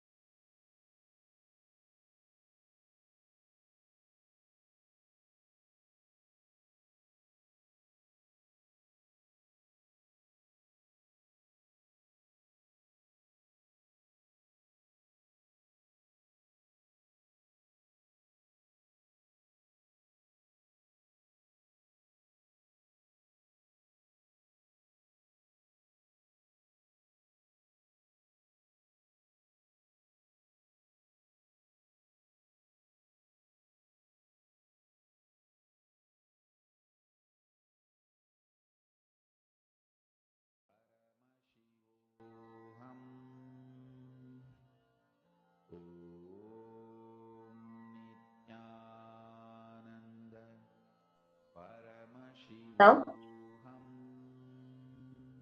chant the Mahavakya. Just visualize yourself as Paramashiva. You are sitting there now. It's not an image in front of your eyes. You are sitting there as Swamiji, as Paramashiva. The beautiful darshan, that feeling connection. Just unclench. You're not going to be recalling it from your memory. You're just going to let the third eye give you access to the cosmic memory. Do this purely as a manifestation. We are doing these as powers, not as the regular possibility of a human being. Without you thinking about it, without you putting any effort into remembering it, just your third eye will reveal the information to you.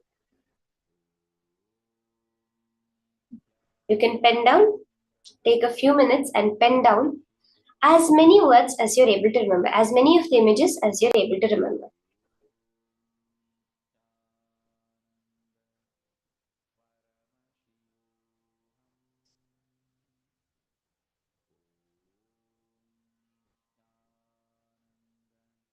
Can I request everyone, you can start typing down.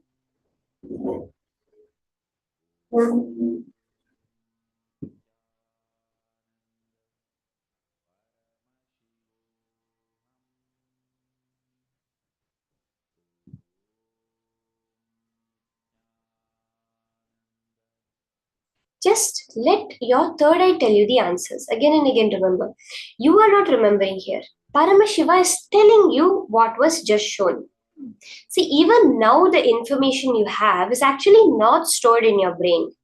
This is very clearly proven scientifically. The neurons in your brain are just antennas. Even the cells in your body are just antennas to receive the consciousness, to receive the field.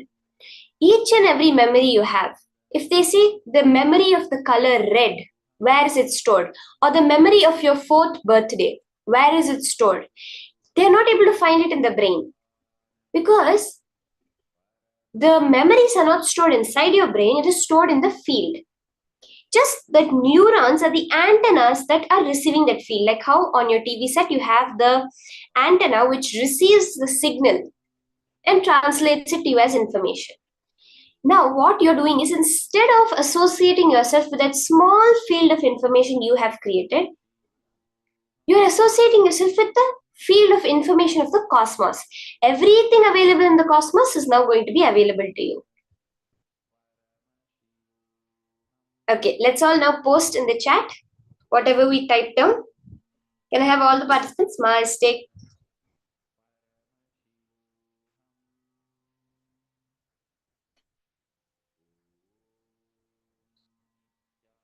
Jayanti can post in the chat what all your third eye showed you as the words, the pictures that were just flashed. Okay. We have people starting to post. Out of these 42 images, as many as your third eye is showing you, just exactly like that, you can post it.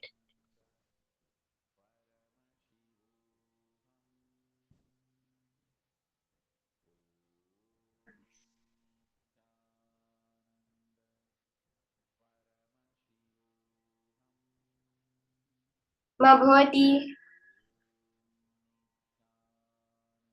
Ma, you can also post, ma.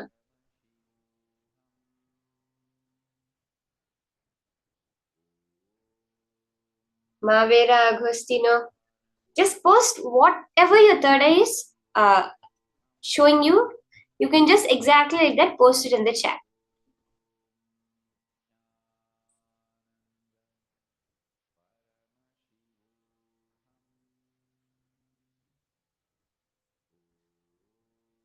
Okay, let's now verify the answers.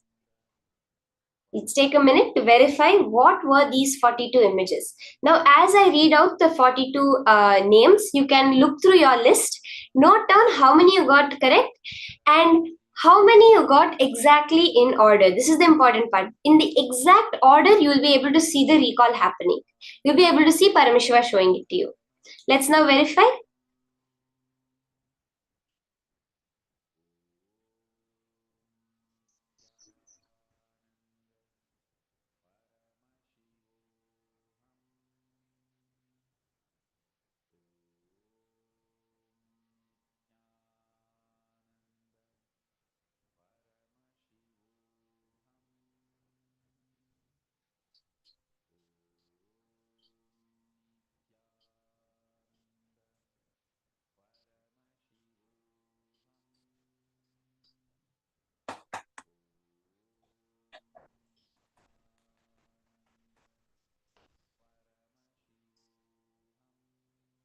Okay, let's now verify the answers.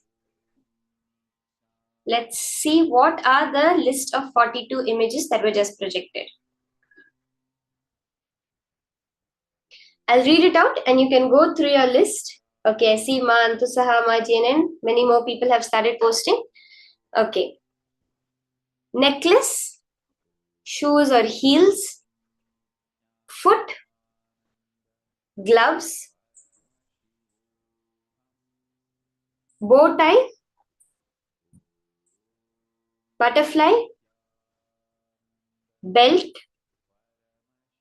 ant, pencil, caterpillar, crab, chopsticks, lamp,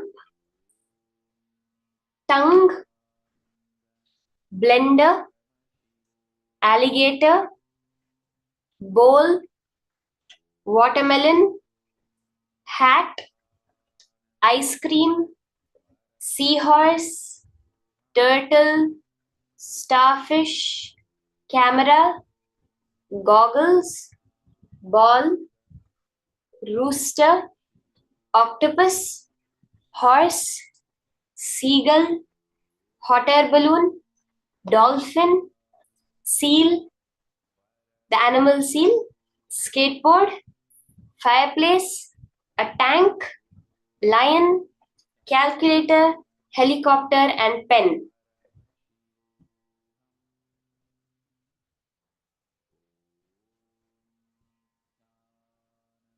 Ma Priyatma Surupini. Ma, you're saying that once you saw the answers, you remembered even more. It's actually, Ma, you have to understand that you have only put the answers out there so very clearly. The modern researchers, so many researchers have been done. They say that before an image is flashed, now even we flash the images, 5 to 7 seconds before your eyes, you consciously cognize. 5 to 7 seconds before the image is even projected on screen, your brain flashes that it has seen an image. This is an actual research that was done, where 5 to 7 seconds before an image flashes on screen, the brain waves of a person, of the subjects, of all 100% of them, showed that they had seen an image 5 to 7 seconds earlier. Even now, means what? Actually, the image is being projected by you. It is being put by you out there. You know it and then only it happens. So even though, yes, you seeing and remembering more is because you have put it out there. It's just that we use a very roundabout way of accessing that information. We have to project it in our outside life and then we receive it back in. That's the only thing. It's like any new information, you're learning some scientific facts, some general knowledge facts, or even something about some social, anything you learn newly, anything is just a roundabout way of you accessing the information you already know. Instead of accessing it like this, you're accessing it through the world. That's the only difference. So you will see, more and more you tune into that space. Yes, I remember that minute that remembering happened. That is the click.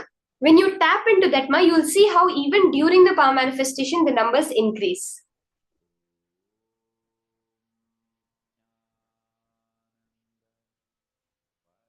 So nice. Okay, now we're going to be entering into the next session. This session is the key session of today. As we know that today's whole day is about manifesting the inner space of Subramanya, which is Ajayatva. What is the secret for invincibility? This is what Swamiji is going to be revealing in this session.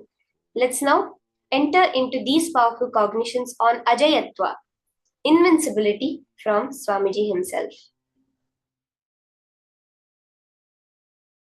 This is Sarvanyanotragama Vidyapada,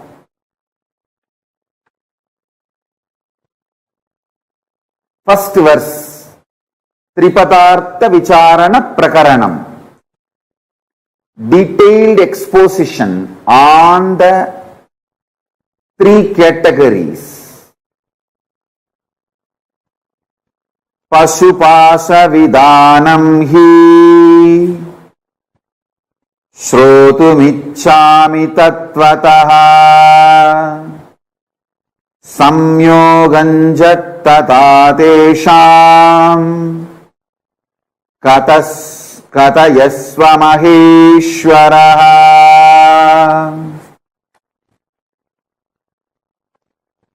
Adhyapashastataastesham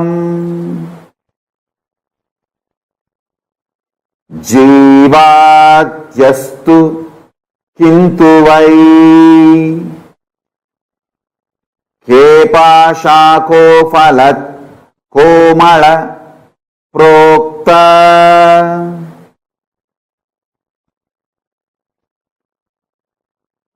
Kasmat bhatta pumaniti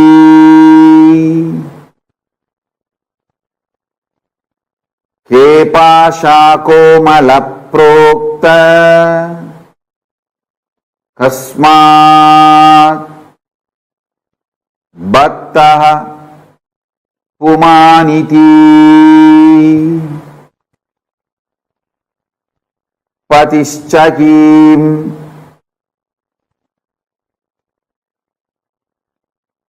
Vitonyeyas Satika Repate Stitaha Shivascha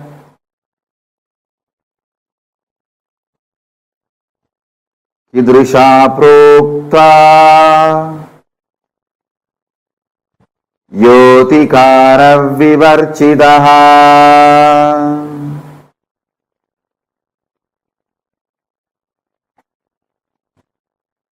I want you to listen to the original verses. That is the reason I am reciting the original verse. Now I will read out the translation. Subramanya, the son of Paramashiva, is asking Paramashiva, O great Lord, I am intent on hearing from you the essential and immanent nature of the bound self and of fettering bonds as they really are. Also explain how the souls and bonds get linked. And the Lord asked of these two, Pashu and Pasa, which do you want to hear first, Pasa or Pasu? Lord Skanda replied, what are those bonds? What is it that which is often told as Mala, for which reason souls get chained with the limiting factors?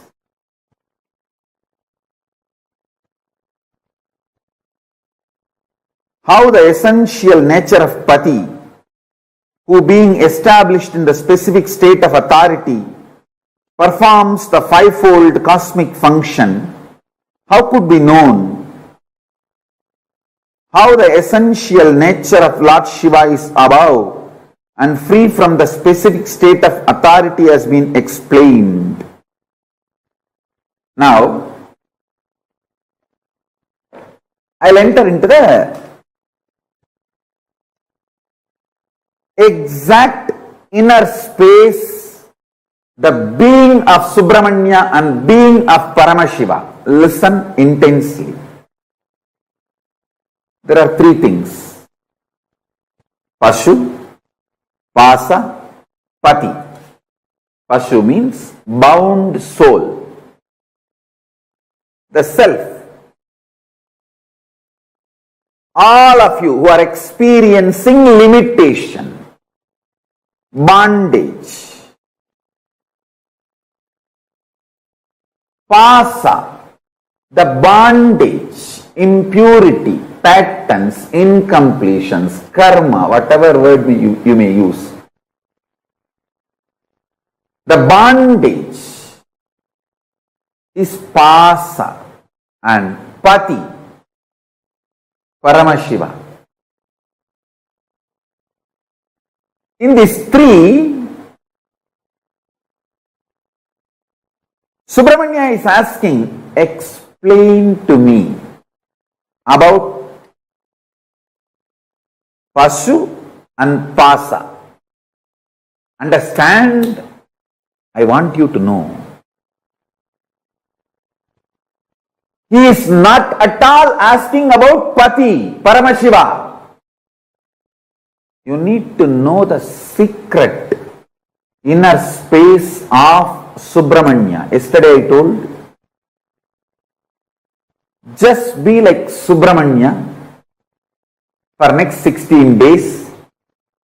I'll give you exactly what Paramashiva gave to Subramanya to you all through this Agama. Listen. At no time Subramanya is questioning about Pati. I'll tell you the secret from my own experience. Exactly, I'll map it to Atma Pramana and tell you. Now I gave you Shastra Pramana by reading out the scripture. I'll give you Apta Pramana and my Atma Pramana. Both. Listen. Atma Pramana, from my experience, I'll tell you. See, when there was murder attempt on me, this anti-Hindu, Dravish gang and some more forces, I'll not name them now. When they attempted to kill me, burn the ashram, destroy the Sangha, socially we try to take many action. We try to take it to the local police and try to file complaint. Nothing could be done. We try to go to the court, Indian courts. We could not get any justice. It's years, and then we tried going to every way, every possible venue. Socially, we tried many things. We knocked every door, literally every politician. We begged everyone for justice.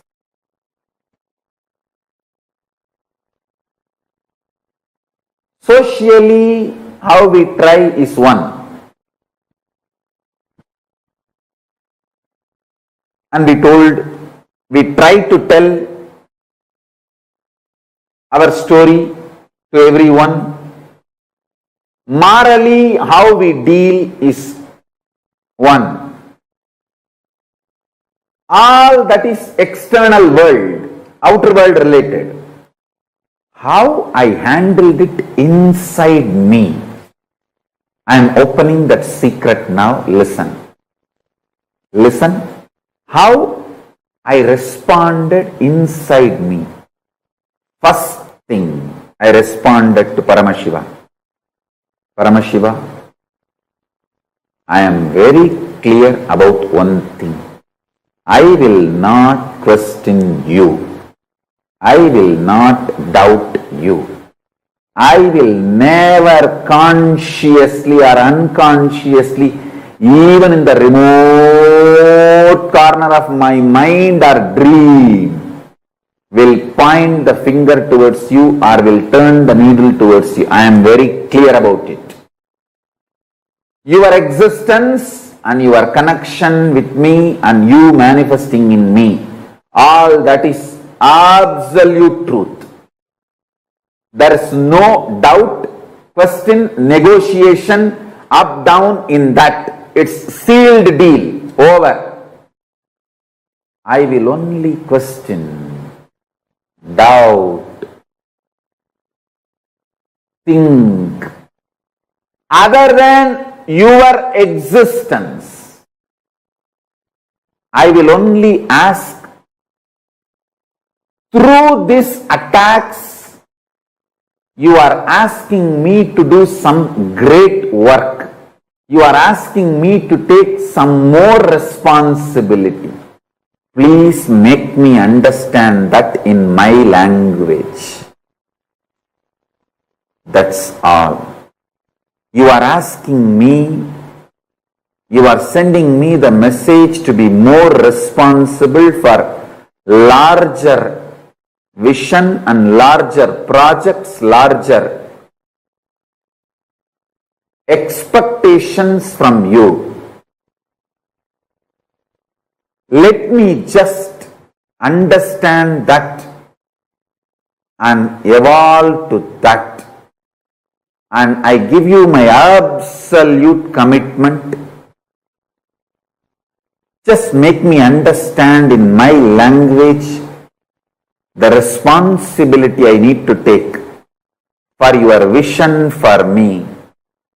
And I am here to put everything you have given me to make that into reality. I am just reading out exactly as I responded.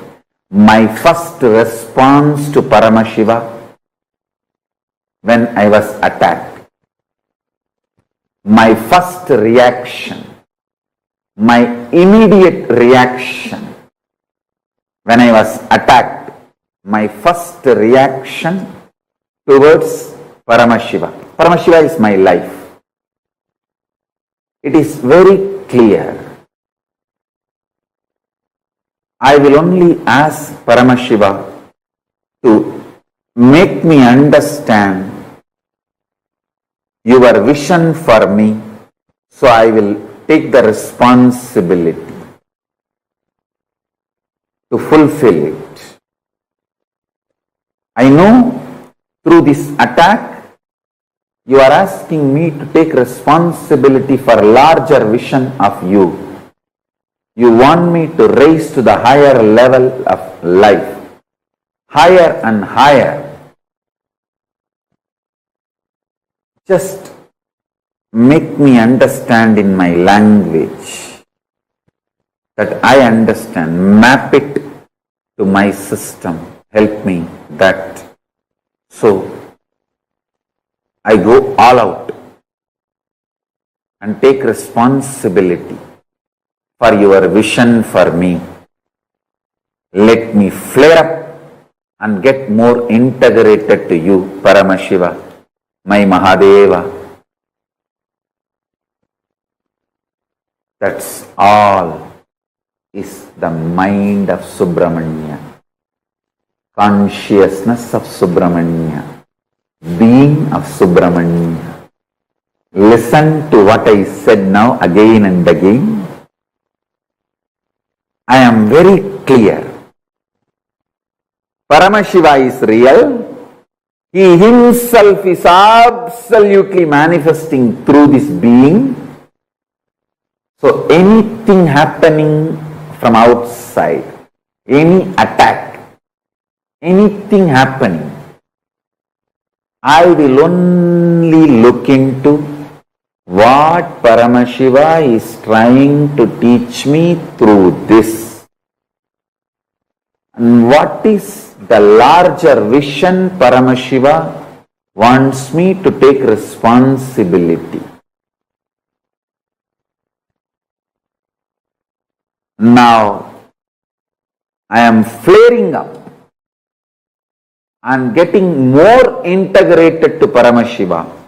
How I can fulfill his larger vision for me. That's all. I tell you,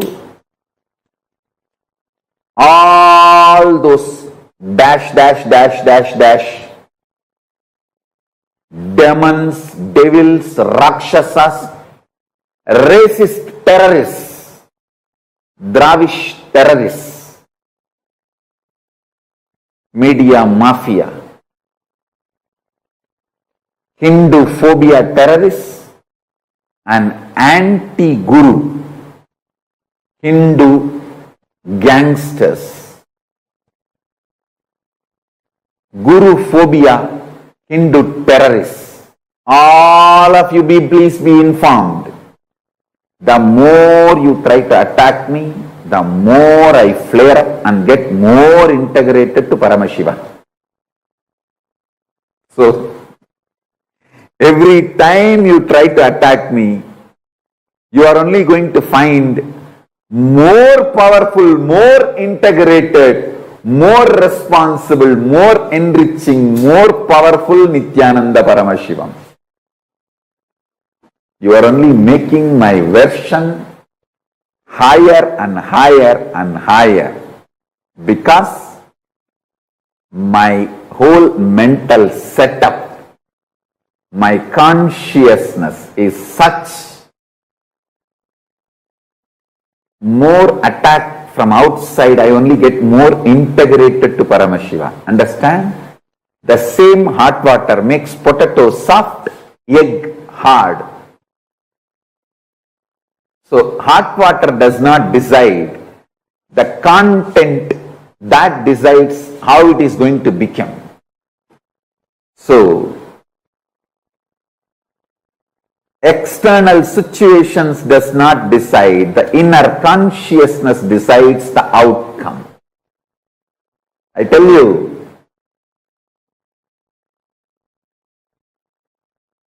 because of this consciousness, I am invincible. Listen, I am declaring Ajayatva like Subramanya. Why?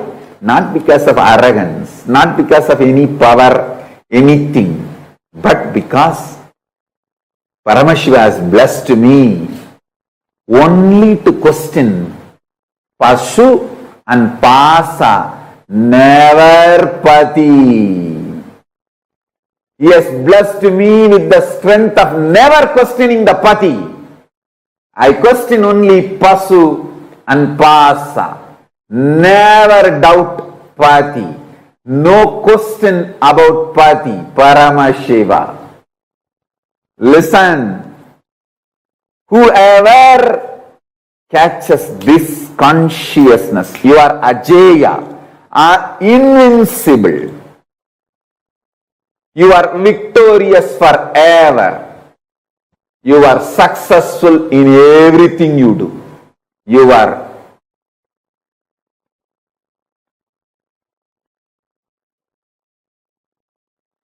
invincible. Listen, just this one lesson, learn from Subramanya.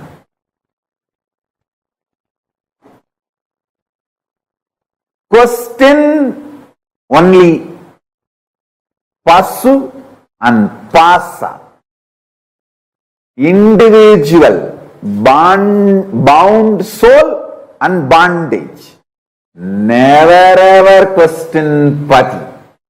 That is what is the consciousness of Vetrivel. Vetrivel. This is the first lesson. Understand? Manifesting Subramanya's being in you. Decide forever, I will never question my Guru. That's what exactly I told Paramashiva. Actually, with Paramashiva, I relate more as Guru. Because the most intimate experience I had with Paramashiva is when he came as Arunagiri Yogeshwara.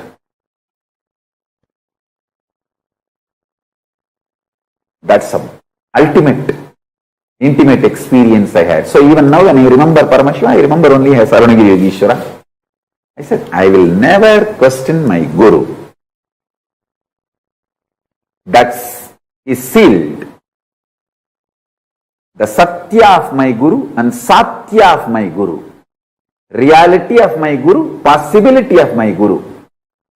No question about it. I will only question the Pasu and Pasa. What way I am supposed to become more responsible to tune myself to your vision for me? How can I manifest your vision more? Be more responsible, be more integrated to you, be more authentic to you. That's it. Make me understand in my language. I am here all out 100% with ferocious tyaga to burn myself, to drop myself at your feet and burn myself in your energy. And with this ferocious tyaga, I am here to become part of your larger vision. That's it. That's it. I am here only to question Pashu and Pasa about bondage and bound soul. Over. Nothing else. Nothing else. Will never ever question Pati. Pati's reality and possibility.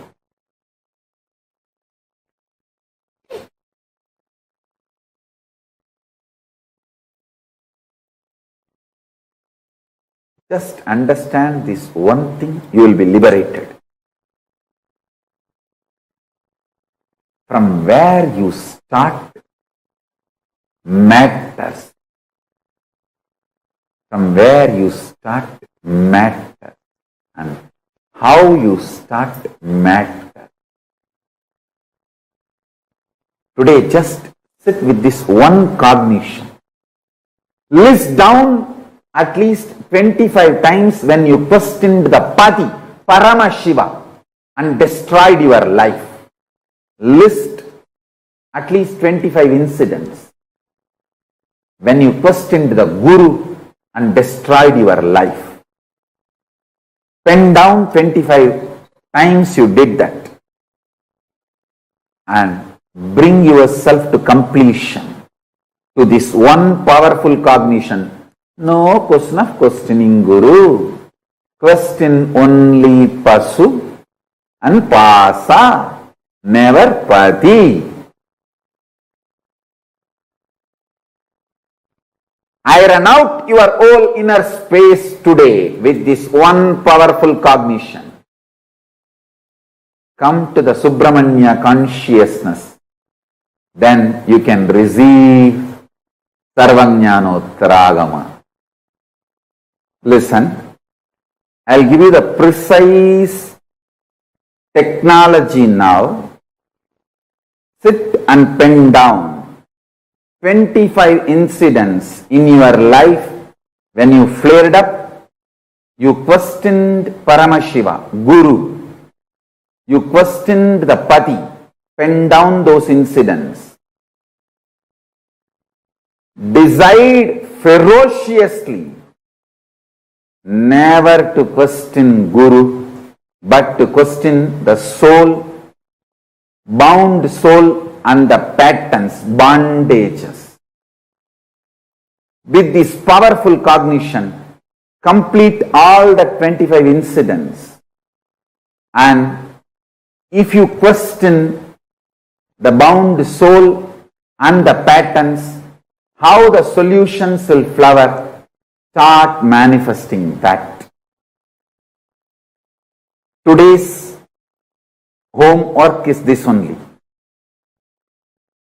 Make Subramanya consciousness to receive Sarvajnanottaragama.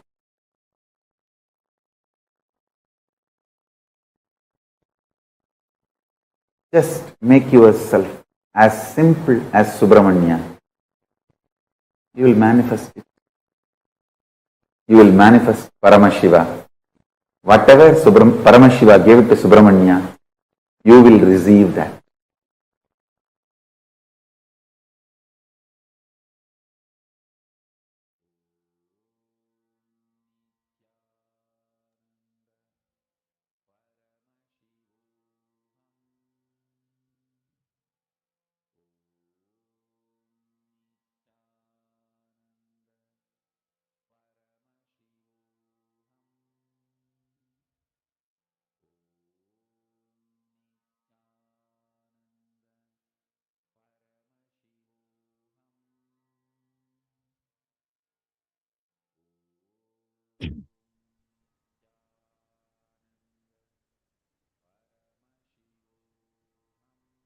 Yes. Come on. Now tell me, what is the secret of Subramanya's inner space? Let us see. I request every one of you to post. What is that one secret which makes Subramanya invincible? I think Swamiji explained it so beautifully.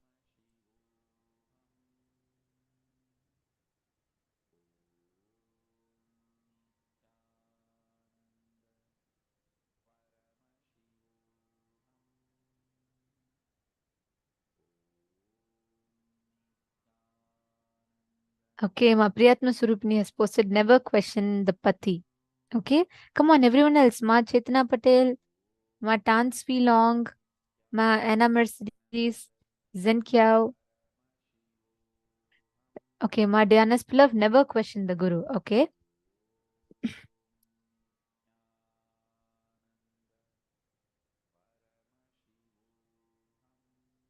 Subramanya never questioned the Guru. Mantus has posted, Ma Geetanji Khan has posted, surrender. Come on, every one of you, put Ma Ananda Parameshwari, Nithyanandam. External decisions do not affect the outcome. Ma Diana's Pillow has posted. All right. Very nice.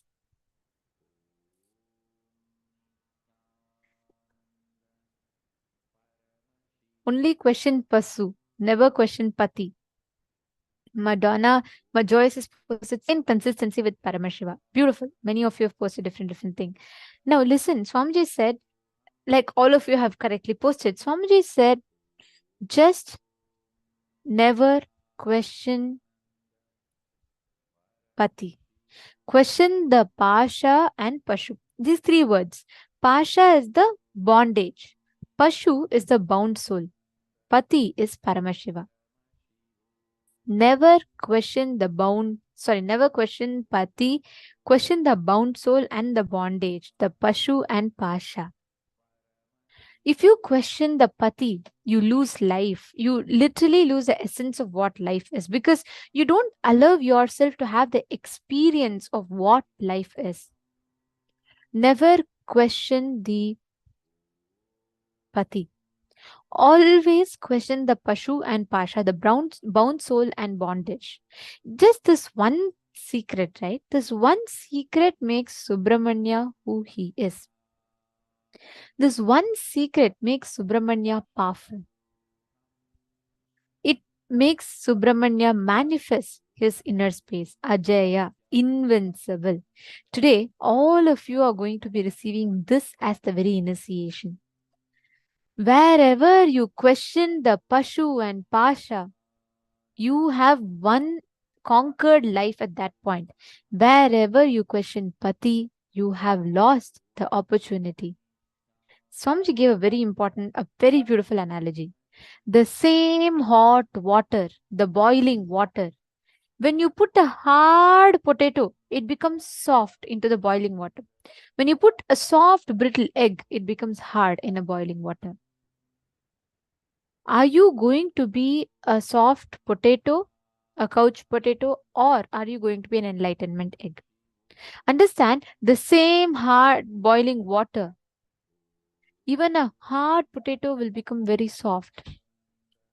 It does not determine on the situation. Same situation. You can choose to be powerless. You can choose to give up in life. You can choose to leave things. You can just say, okay, that's all, I can't do it. That's all done. I'm done.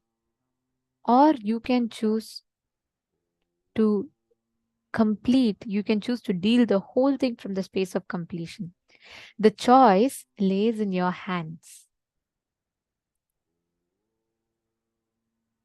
Are you going to allow this powerlessness to take over you?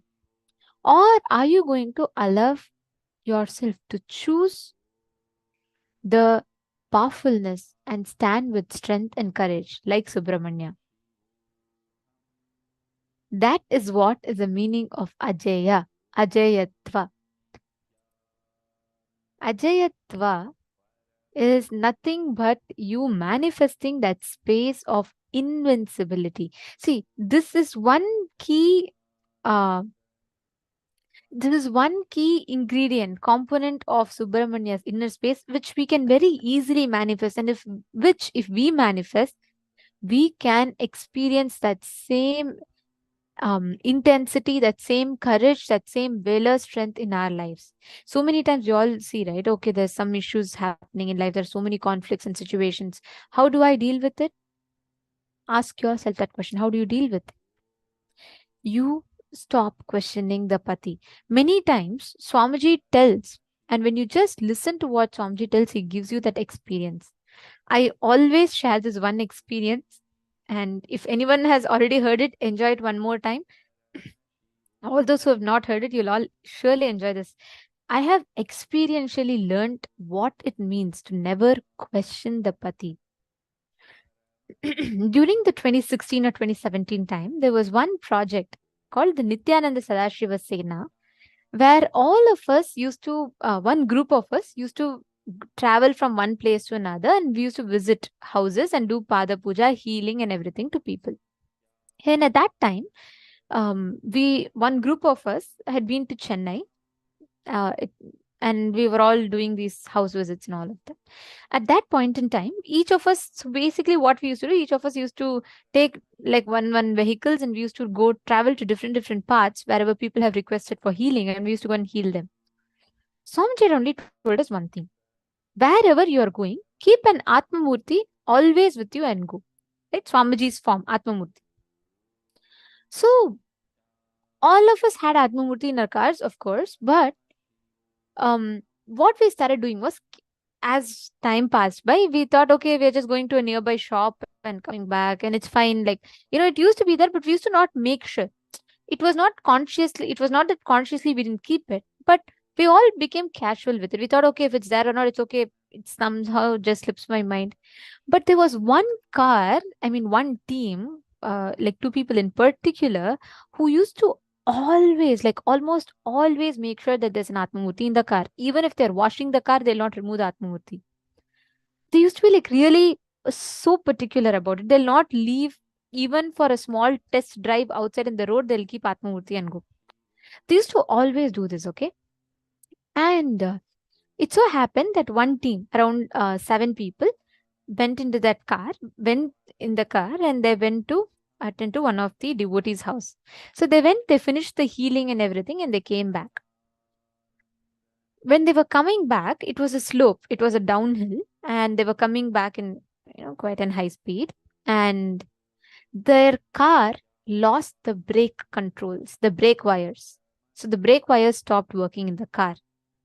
And there's a big truck standing here, and this car is speeding. 7 of our sannyasis inside the car. The car came straight and rammed into the truck. Like completely, the whole front part of the car was completely like just crumbled into pieces. The car rammed into the truck straight, and it was literally crushed. So imagine the status, right? And in just 5-10 minutes, the person is calling from the car, and she's literally saying, "Ma, we have been into an accident." And we are little shocked and surprised, because this person, instead of crying or in shock, she is like laughing. She is like amazed. She then said, the whole car is completely crumbled in the front. It rammed into the truck. The glass is broken. Airbag didn't work. Everything went wrong. But just one thing saved them. Not a single one of them got even a scratch, not even a bruise, not even a mark that they've been through such a terrific accident. Not one person got affected. And she shared beautifully how the moment when car was just ramming into the truck, right? Suddenly from behind the seat, Swamiji's Atmamurti just flew to the front, and that broke into 7 pieces. There were exactly 7 people in the car, and the Atmamurti broke into 7 pieces. All the glass pieces fell on Swamiji's padukas, as if it was like some magnet that took up the whole thing onto itself. And mind you, there were no airbags, but the driver or the person in the front seat had zero impact. They did not have anything happening to them. Not even a scratch, not even a bruise on them, not even a swelling. The Atma Murti broke exactly into 7 pieces. Don't think it's a coincidence. Swamiji said that day all 7 of them were destined to die in that accident, but just because they had Atma Murti took the whole thing on itself and they were all saved. 7 lives were saved that day. Never question the Pati. When Swamiji said keep Atma Murti, we never took it we did, but we started becoming casual with it. The one team that was integrated to it, just 2 people who were integrated to it saved a whole team. That is the power of you following the Guru Vak without questioning the Pati. Many times, instead of asking ourselves, we ask the Guru why. We say, oh, Swamiji bless, it should happen. Correct, it should happen. You go and ask Swamiji blessings for reducing your body. Swamiji blesses and says, do yoga. Did you do that yoga? You have to ask yourself that. That is what is questioning the bondage and the bound soul, questioning the patterns. Take a few minutes, go back into your life, pen down at least 25 incidents in your life where you question the Pati. Whenever you question Guru, whenever you question the life, both. Pen down 25 incidents in your life when you flared up, you questioned Paramashiva Guru. You questioned the Pati. You said, oh God, why is life doing this to me? Why is life treating me like this? Write down these 25 incidents. I request everyone to sincerely do this now. This is a very, very important preparation for today's initiation. So please sit and do this sincerely. Even simple things such as, oh, okay, I cannot, Swamiji is told to do yoga. And why should I do yoga? Why is it not happening? Why should I not do it? Why should I do? All the questions that you ask. Wherever you question Swamiji's Guru Vak to you, as opposed to your patterns, pen them down.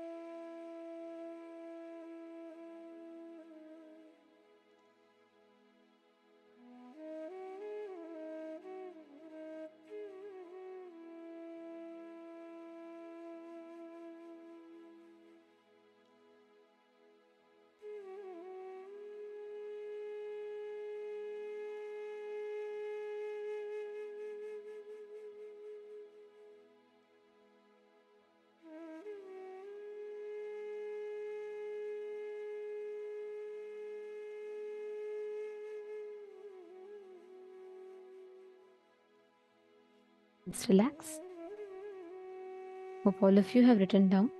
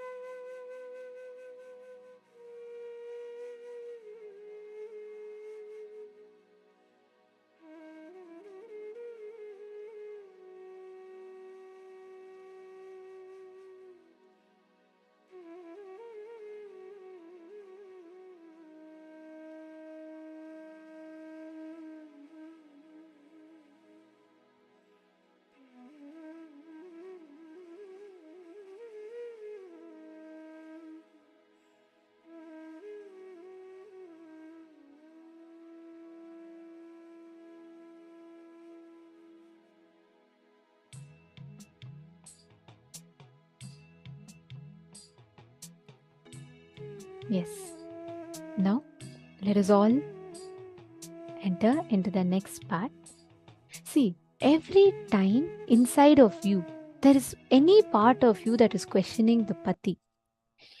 It should ring an alarm inside of yourself. Automatically, it should ring a bell in your head. Oh my God, this is what it is. I should not entertain this thought current inside of me.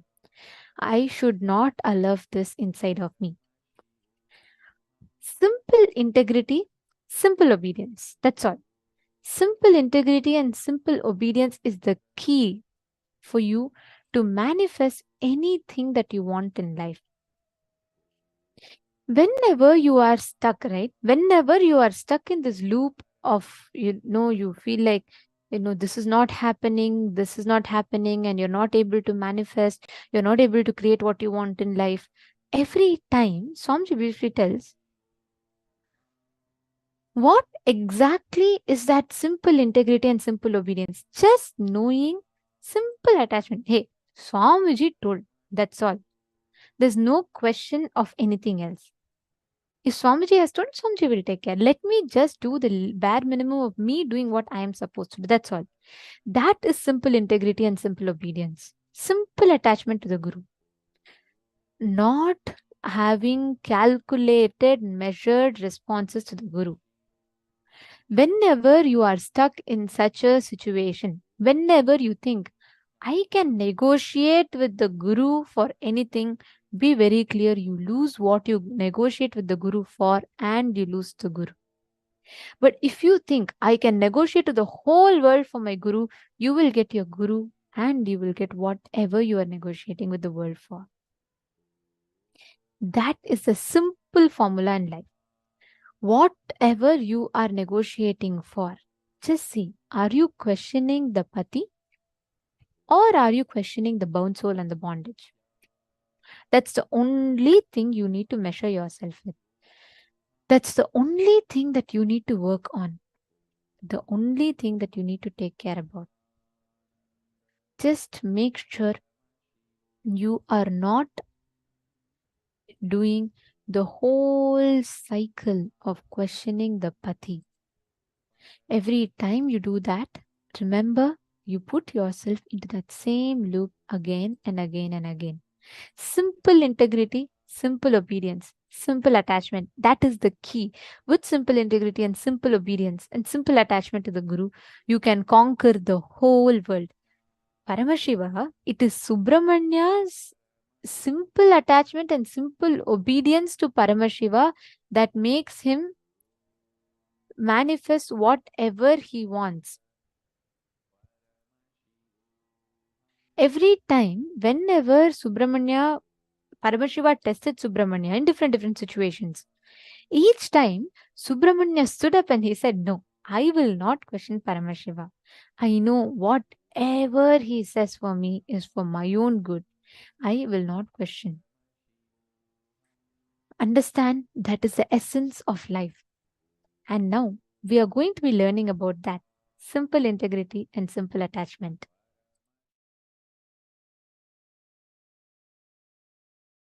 Guru Tattva is only to lead you to the Guru embodied. Vedanta principles great philosophies, Guru Tattvas, practice, everything is only just to reach you to the embodied Guru. Only embodied Guru can give you enlightenment. No Tattva principle can give you enlightenment directly. Even an incarnation like me, I needed an embodied Guru directly. Paramashiva has to come as Arunagiri Yogishwara, embodied form, and has to liberate me. Understand? Arunagiri Yogishwara manifesting in my life as embodied form is a great statement given to the world. Embodied Guru is mandatory even for incarnations. Understand? All the teachings, essence, Guru Tattva is to inspire you, to reach you to the embodied Guru. Once you reach the embodied Guru, Guru Gita is the only book where he talks to her about him. He talks to her about him. Paramashiva talks to Parashakti about Guru. Understand? Guru Tattva, teachings, essence, imbibing all of it. All this is great to inspire you, to push you, to make you reach the embodied Guru. Once you reach the embodied Guru, once you recognize him, once you understand him, whole life is simple. Exactly, I will tell you the essence of teachings I learnt from my Guru, Arunagiri Yogishwara.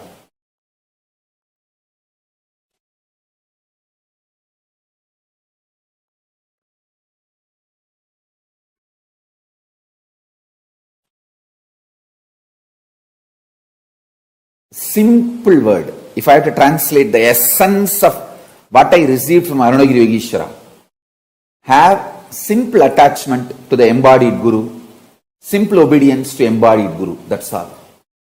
That simple attachment will become beautifully initial level love, then next level love, then it will become pure prema bhakti, then it will become atma bhakti, then it will become oneness and enlightenment.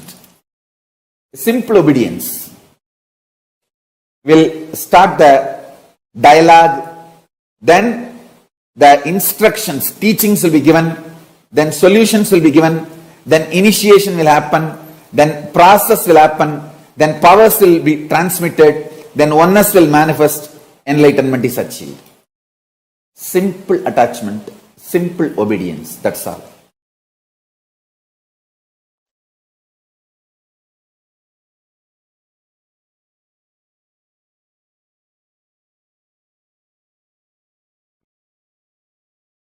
All teachings, Guru Tattva, essence to be imbibed, all this ultimate truth, everything is only to connect you to the embodied Guru. Once you have reached the embodied Guru, after that only one teaching, simple attachment, simple obedience, that's it. Then simply the transmission happens and you become enlightened.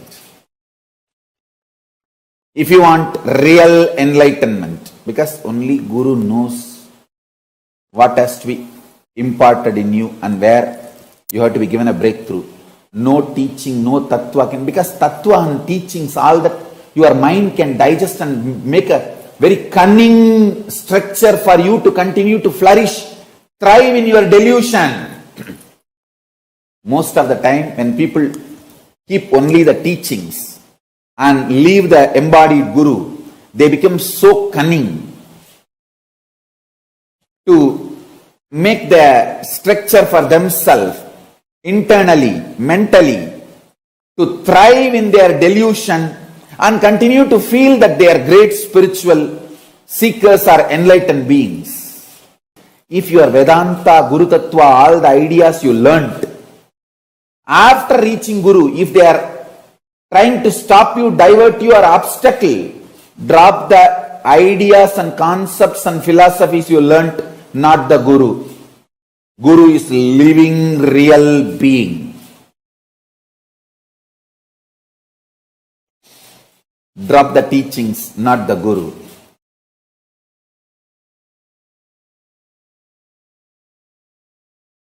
Living real being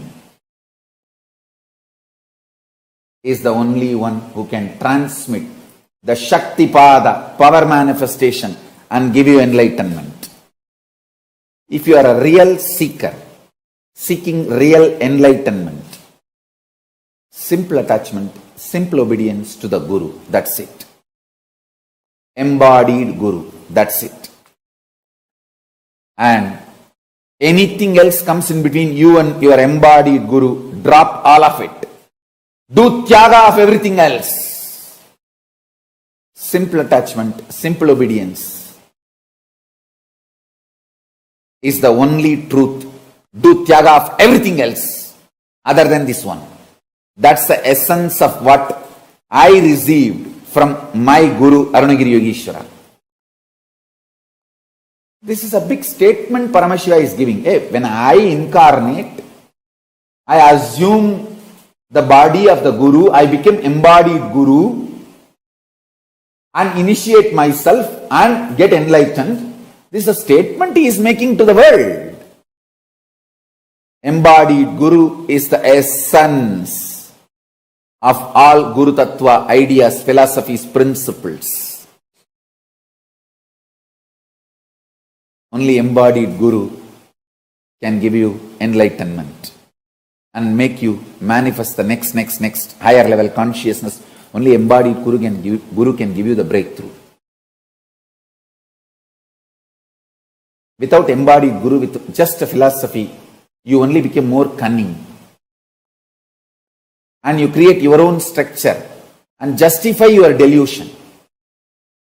All just philosophy, principle, teachings, ideas, concepts without embodied living Guru only makes you more deluded, and your delusion becomes justified delusion. When you learn to justify your delusion, you become arrogant and absolutely nothing good can happen to you. Doomed.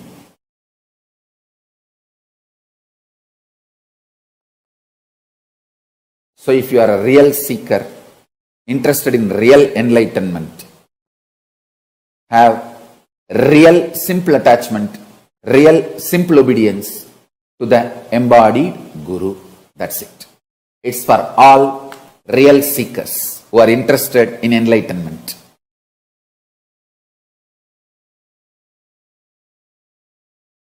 Especially if you are my disciple, you have a special conclusion inside you. Even when your mind goes through mood swings, ups and downs, you know, Swamiji has said, it means it is true. Let me connect to Ganapati. Because Swamiji said, I know it is truth. That gives you the whole strength, like not only your strength, my strength becomes your strength. That is the power of integrity to Guru. Understand? Whenever you declare your integrity to Guru, all the strength of the Guru becomes your strength. All the powerful cognitions of Guru becomes your powerful cognitions. All the wealth of the Guru becomes your wealth. Declaring integrity to Guru makes you one and equal with Guru. You can confidently walk into Kailasa and say, hey, my Guru said, Ganapati is here. I came to see him. He gave me the password, Om Gam Ganapatiye Namaha. Please inform Ganapati that I have come to see him. Want to have his darshan? My Guru told he exists. My Guru has seen. I tell you, really he exists. And he responds. Fools are those who say God is one. I tell you, in reality, God is oneness, not one. The oneness is God. I tell you, when you experience the higher consciousness, decide to be integrated to higher consciousness. In my case, I decided I'll be integrated to my Guru, Arunagiri Yogeshwara, that's all. Just my integrity to my Guru, Arunagiri Yogeshwara. He makes sure I am protected. He strategizes properly. The right door will be opened and the right door will be closed, and if all doors are closed, he opens the roof and airlifts me. He does what needs to be done. He protects. All I know is simple attachment to my Guru and simple obedience.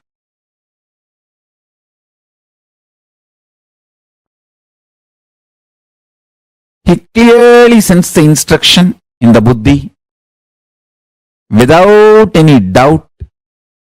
He just clearly speaks, clearly manifests. I tell you,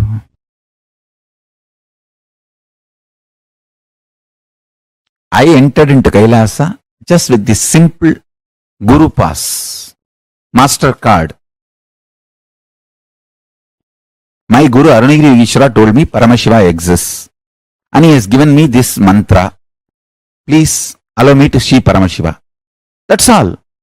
The doors of Kailasa opened and I saw Paramashiva was there. When I saw, I realized my Guru only is Paramashiva. There is no other surprise. Paramashiva came as Guru and gave me the initiation and password and master card and showed me. That's it. He has to come as a Guru because he need to talk to me in the language I understand, and he need to give me the confidence in the form I can connect with. So he assumed the form of my Guru, Arunagiri Yogeshwara, and initiation. That's it. One powerful cognition. Master is master card. Master is master key. Simple integrity to Guru's words. My Guru has said Ganesha exists. He is alive. He exists. Ganesha is there. He is there. Let me connect with him.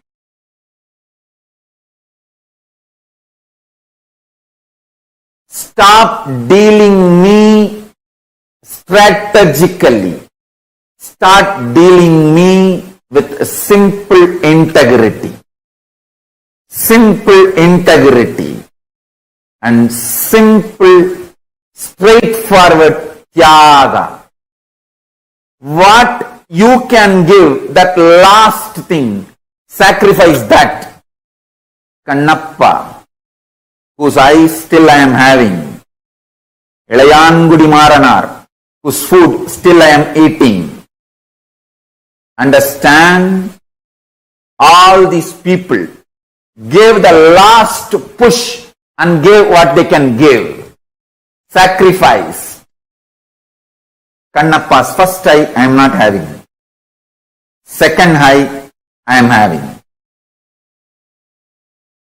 His first eye is Tyaga.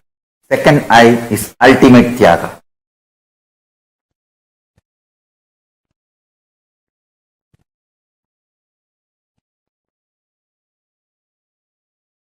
When Ilayangudi Maranar and his wife cooked food for me, they tied cloth on their nose because they did not eat for 3 days.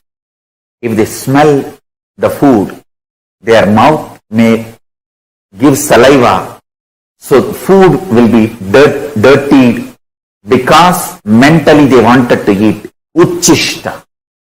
So they tied the cloth and cooked for me. That tyaga, still I am enjoying. Understand? The relationship between you and me is absolute tyaga based. You give your ultimate, I give my ultimate.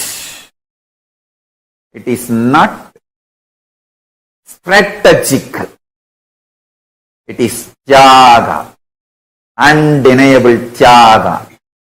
I don't care who gives what. Is it the last thing he is giving? That is what I care. Millions of people give food. I don't eat.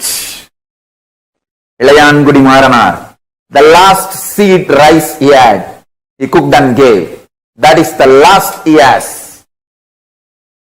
That decision, that will persistent, that tyaga is what I am enjoying.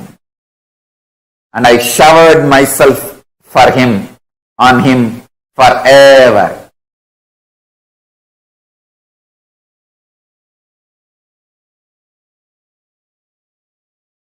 Tyaga is the bridge between Guru and disciple, not any other strategy. Fifth, simple one-liner, simple attachment, simple obedience. That's it.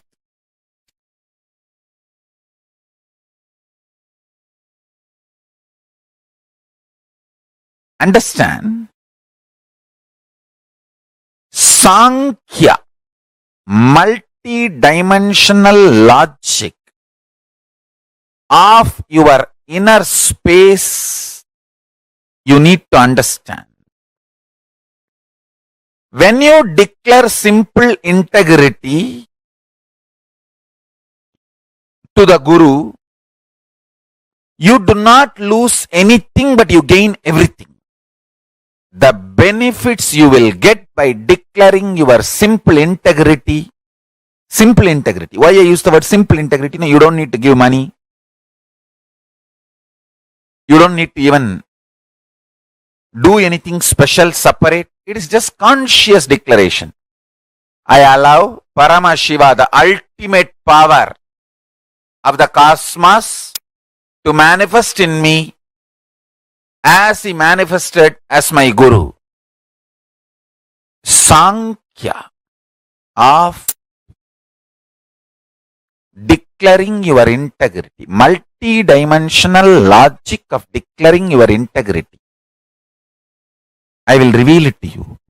See,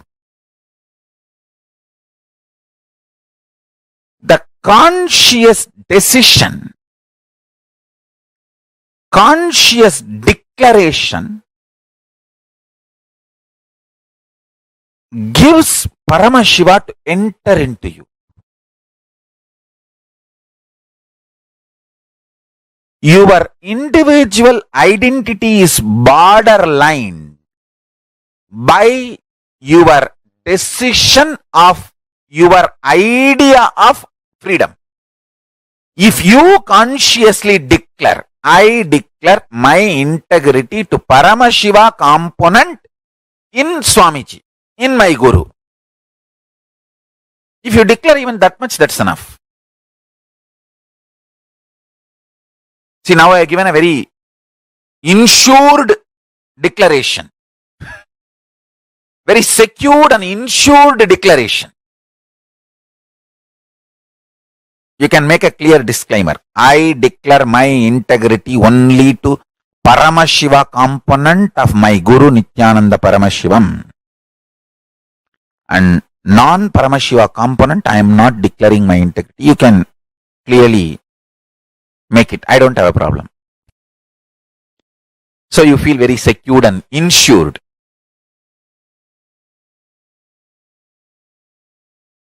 Understand? But this declaring your integrity is too important because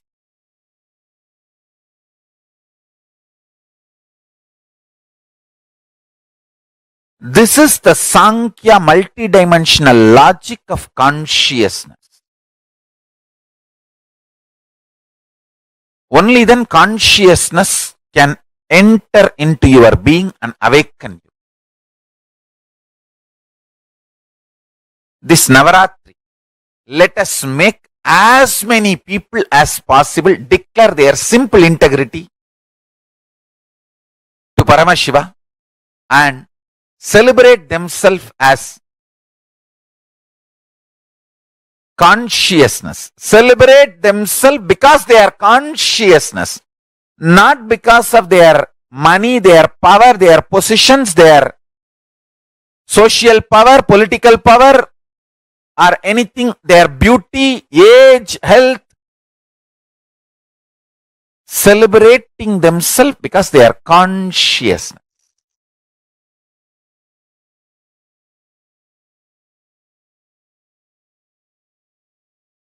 Just these two. Declaring simple integrity to Paramashiva component of your Guru. When you declare your simple integrity to the Paramashiva component of your Guru and you decide to celebrate yourself because you are consciousness, this too is a, I tell you,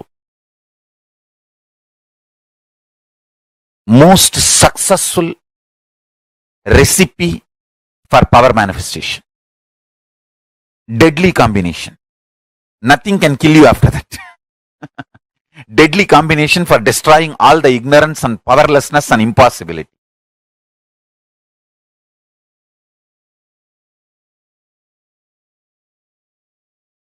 Listen carefully. The vibrant presence of Paramashiva called Parashakti. Understand? The vibrant presence of Paramashiva called Parashakti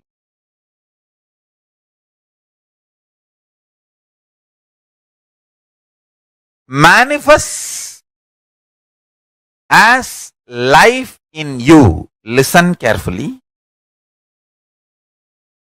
The vibrant presence of Parashakti manifests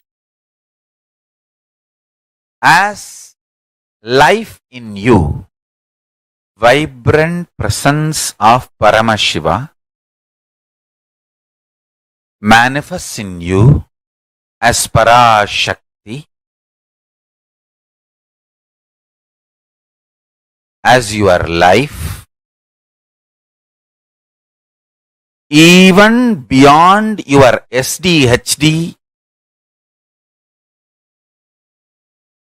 as long as you have simple integrity with your Guru. Listen carefully.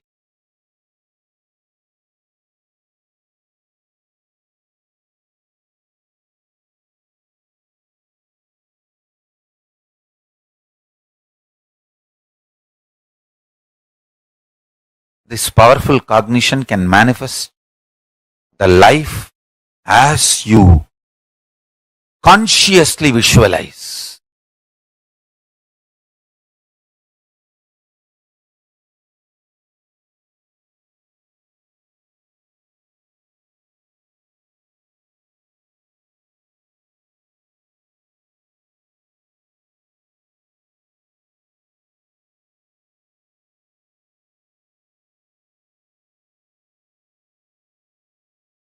Listen intensely.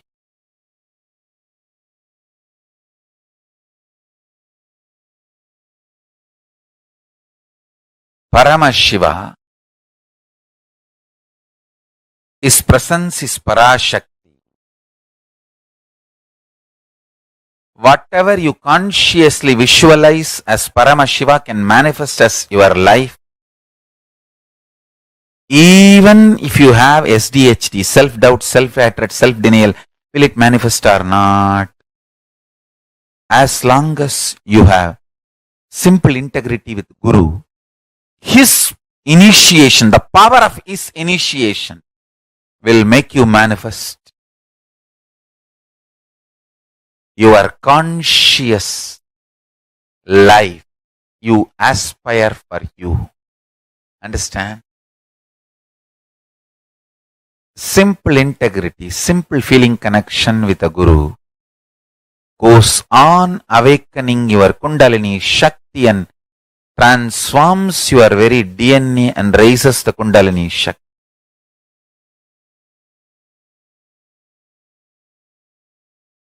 More and more power.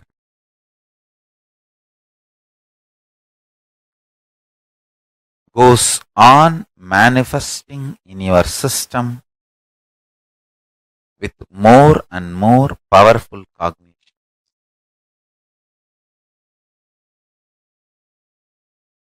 The amount of time you spent to build each powerful cognition is your tapas. Every time when I surrendered to my Guru, I felt my surrender to my Guru empowered me, not him. He did not get empowered or he did not get any power over me. I got empowered. Actually, I got the power over him. And I got empowered. When I became his puppet, I became the most powerful Parameshwara. I did not lose anything. I only gained everything. I tell you. When I started realizing this, my surrender became intense. My surrender became intense.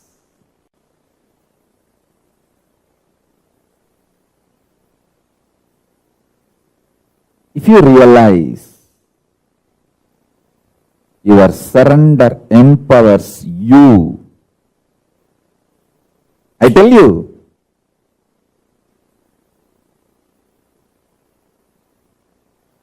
if you realize your surrender empowers you, your surrender gets more and more intense. And the higher realities opens for you.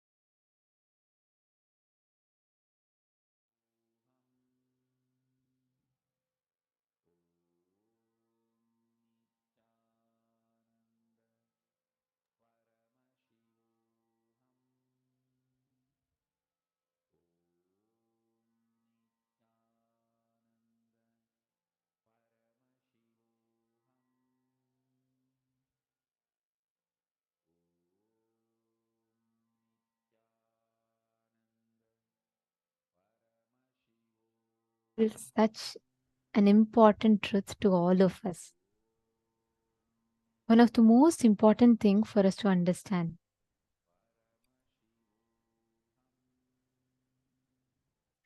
Just cognizing, remembering, understanding that your simple love, simple obedience and simple integrity to Paramashiva is all that matters. Nothing else counts. If you just remember that one truth inside you, if you just remember that one truth in your inner space, you will realize how life presents all the situations to you only to bring you to completion. Only, even in the most worst situation, you will only fall on his lap. You will only fall on his lap. And Swamiji will literally be there holding you. He will take care of you and he will make sure that you are safe. But from our side, the only thing we need to have is simple integrity, simple attachment, and simple obedience. That is the only thing we need to have. What do each of you understand as simple integrity and simple obedience?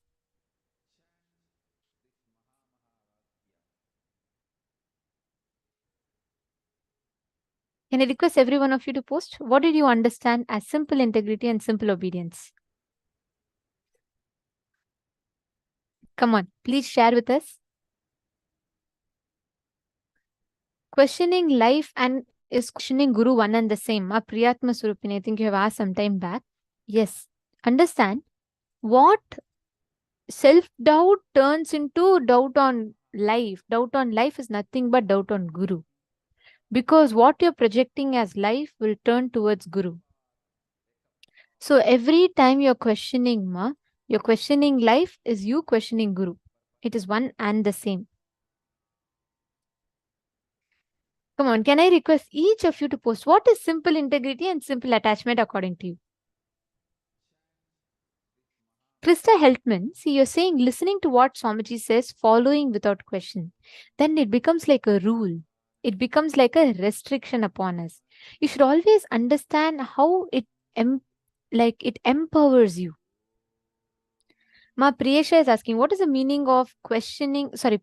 What is the meaning of the phrase negotiating with the Guru Ma? Can you explain with an example?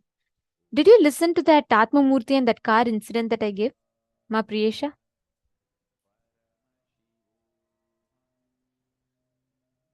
Understand that in that example, the group that did not make sure that the Atma Murti is kept, say, for anything when you negotiate, when you say, Swamiji is saying, do yoga, you go and ask Swamiji for healing. Swamiji says, okay, do yoga. You go back and negotiate with Swamiji saying, Swamiji, right now I don't want to. I know yoga is going to work, Swamiji, but I don't think I can do it right now. Is there something else I can do? You trying to negotiate back with the Guru of why something is not possible. You trying to convince the Guru otherwise of what he has told you to do is negotiating with the Guru Ma. Understanding?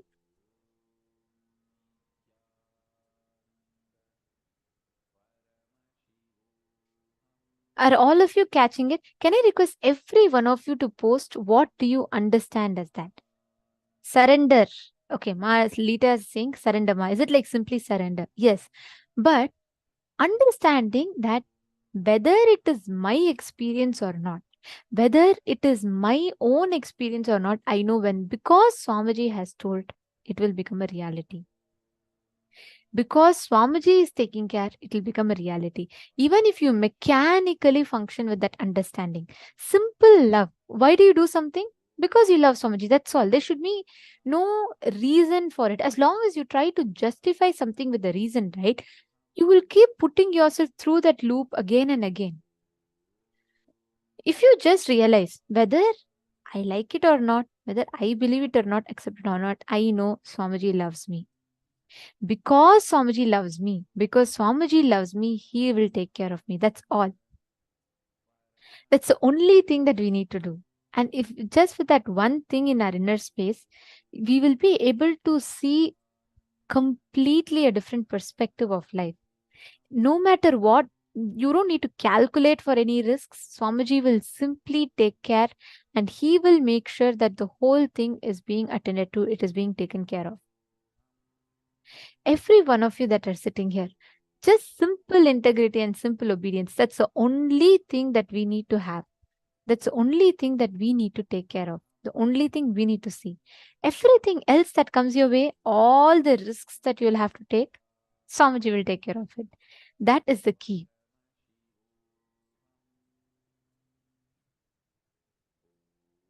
See, there's a very beautiful story from Adi Shankaracharya's life. He goes to Adi Shankaracharya's, he's going around begging for food, and one old woman who has nothing in her house at all. She literally has nothing in her house. And Adi Shankaracharya goes begging, and when she sees that a young sannyasi is begging, she goes and she finds out if something is there. She tells Adi Shankaracharya, see, first I don't have anything. Adi Shankaracharya says, no, whatever you have, you give me. Without the second question, she just goes and searches something. There should be something, right? She just looks for it. She sees that there is one amlaki, gooseberry. She takes that and she gives that to Adi Shankaracharya. And just with that one thing she gives, Adi Shankaracharya takes that one gooseberry, he sings the whole Kanakadhara Stotram, and he just showers. The Kanakadhara Stotram is basically Stotram singing on Devi Lakshmi. He sings that whole Stotram, and Devi showers that showers that woman with golden gooseberries. And it says suddenly her house literally everything becomes gold. She did not do any calculated measure. She didn't say anything like that. She just did from her side. What is it that she can do from her side? She took that one step. Immediately, immediately Lakshmi showers her with what she wants. When you take the step of what you can do from your side, with simple integrity, just knowing, hey, Swamiji told I can manifest powers. Then no question of entertaining my self-doubt. Let me sit and manifest powers. That simple integrity and that simple obedience, that is what is called simple integrity. Not waiting for your logic to convince you, and not waiting for you to convince your logic. You doing the moment Swamiji tells something. If Swamiji says next 21 days, do Nirahara, just doing that Nirahara.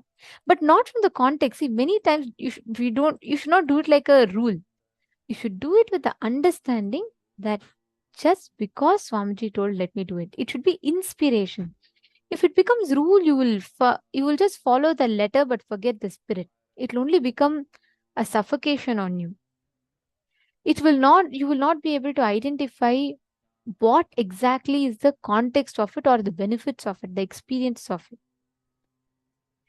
You just need to understand Swamiji told. Just because Swamiji told, let me do it. That's all. Understanding? Now let's all do a very beautiful round of power manifestation. This is a very beautiful power that Swamiji has given.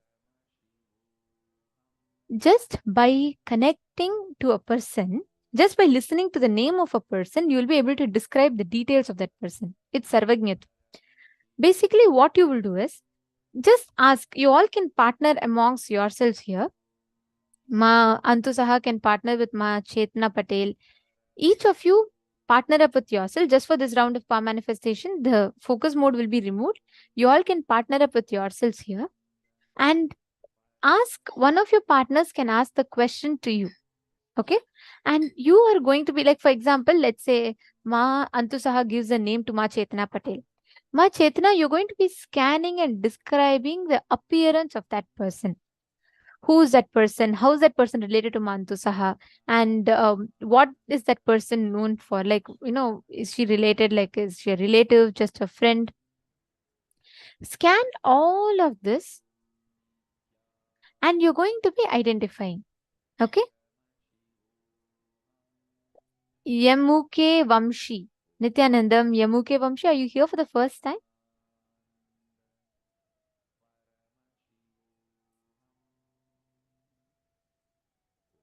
Very nice. Welcome.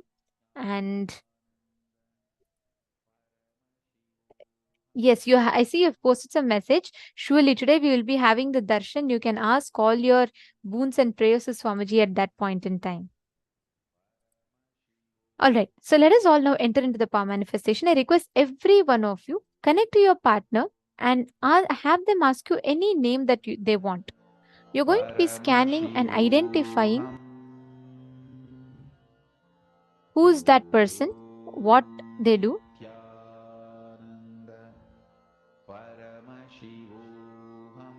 and how are they related, all these details.